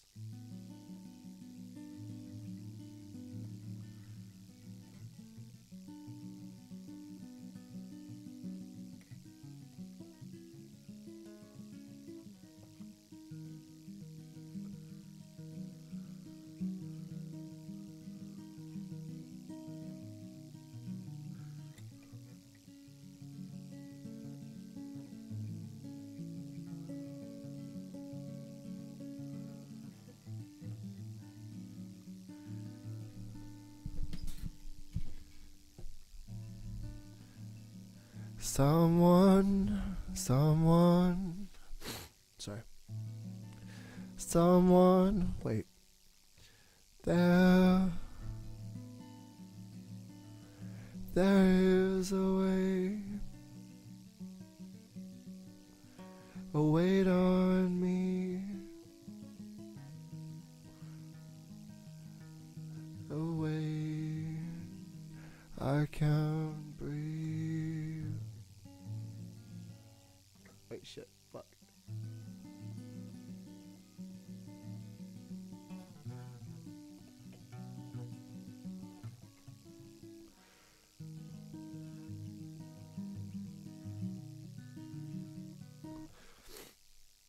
It was something like that. Like, I don't know. I know, I like this curl that's going on though. I feel hot.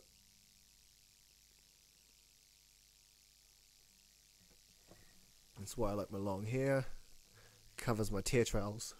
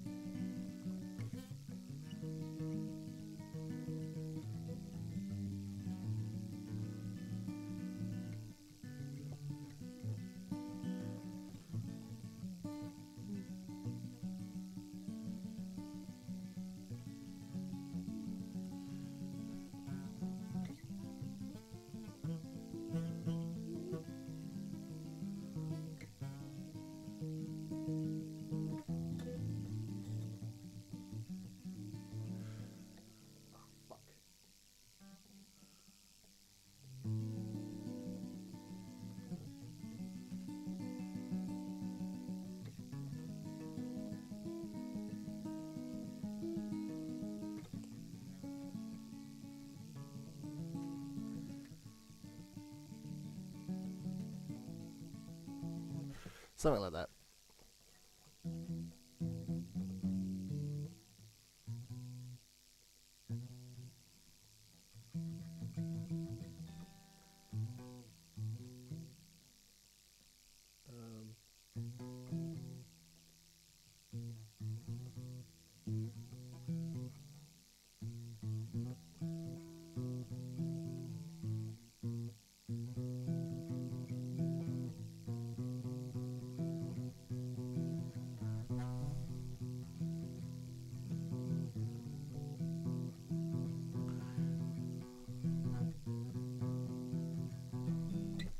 That's a good song. I don't know. It wasn't really a song. I was just fucking around, really.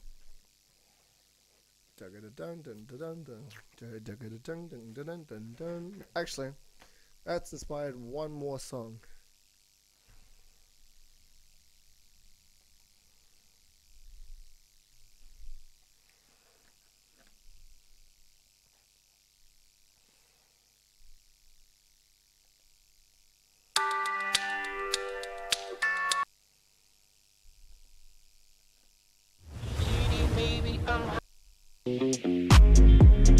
The Outer Banks. Paradise on Earth. Yeah, this song's fucking sick, actually. I've recently got into it. It feels pretty badass, actually. Like...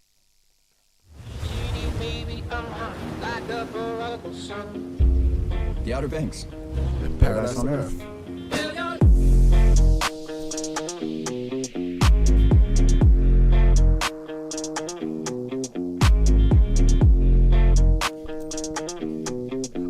how to play this.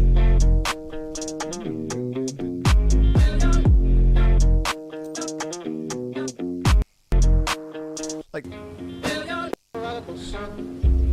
The Outer Banks. Paradise on Earth.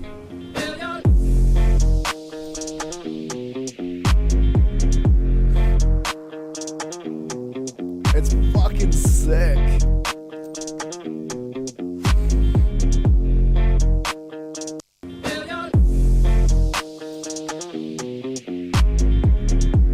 It does feel very cowboy. That's probably what I really like about it.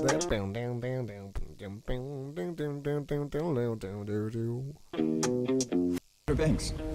Paradise on Earth. Paradise on Earth.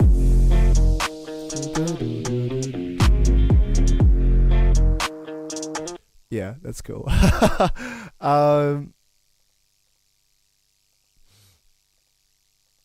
Yeah. Paradise on Earth, baby. Like, it's just so kind of badass. The Outer Banks. Paradise on Earth. It's fucking sick. I love it.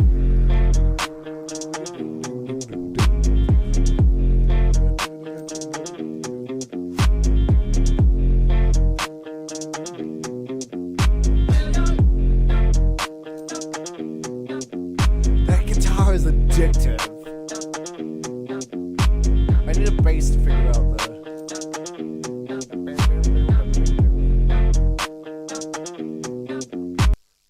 It sounds like it's got like a hammer on. Oh, I'm meant to be like going, but like.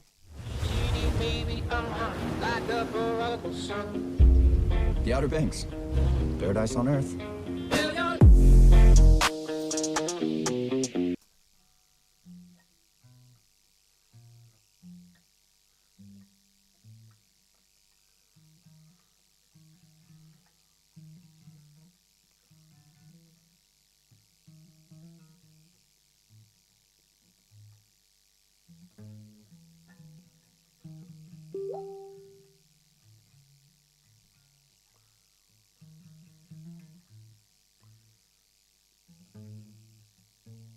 How's it going? On Earth.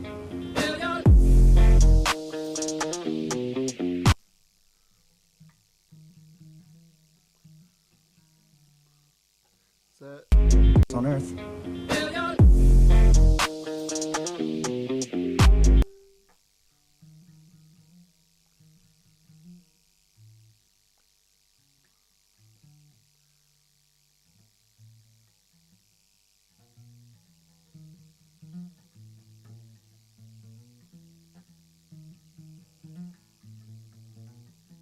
That's kind of cool. As like the like.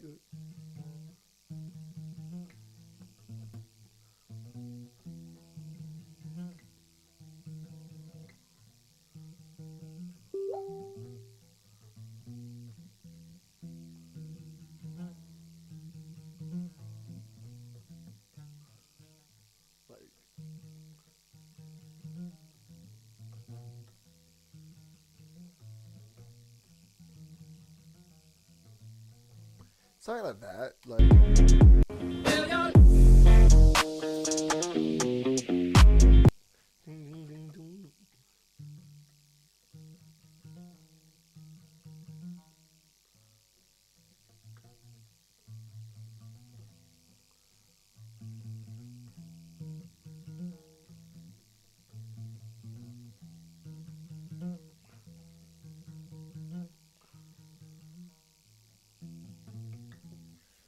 maybe a bit on a classical actually.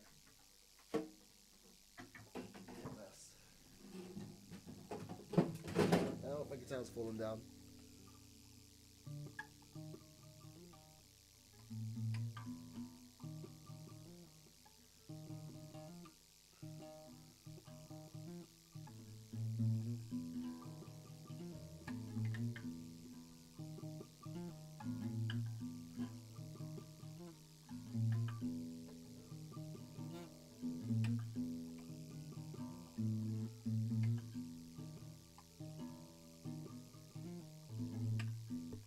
Sounds like that.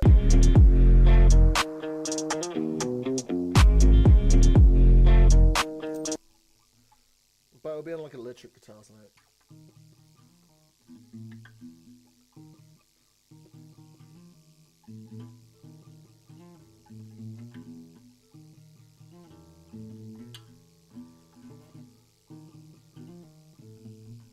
It's so simple, but it's so cool. Like how like if this is in tune.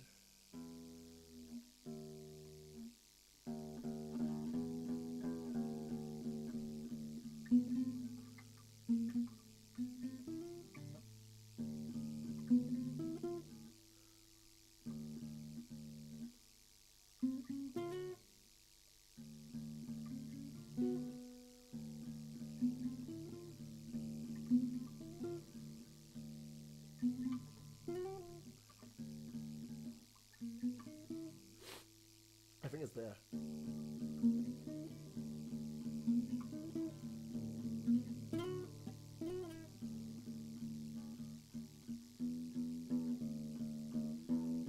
Killing in the name of... It's probably different tuning as well, like.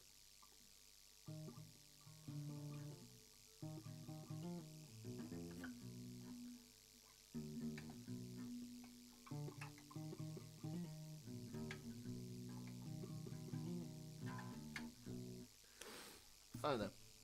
Either way, I just thought I'd share that cool part there, because... The Outer Banks. The Outer Banks. Paradise on Earth. Paradise on Earth. That's a badass, like, voice actor. Like, I want him to be the voice actor. I want his voice. Like, Paradise on Earth. The Outer Banks. Paradise on Earth. It sounds charming and cocky. I love that voice. Okay, well, for now, goodbye for now. Peace and love. Fuck you. Just kidding. Bye!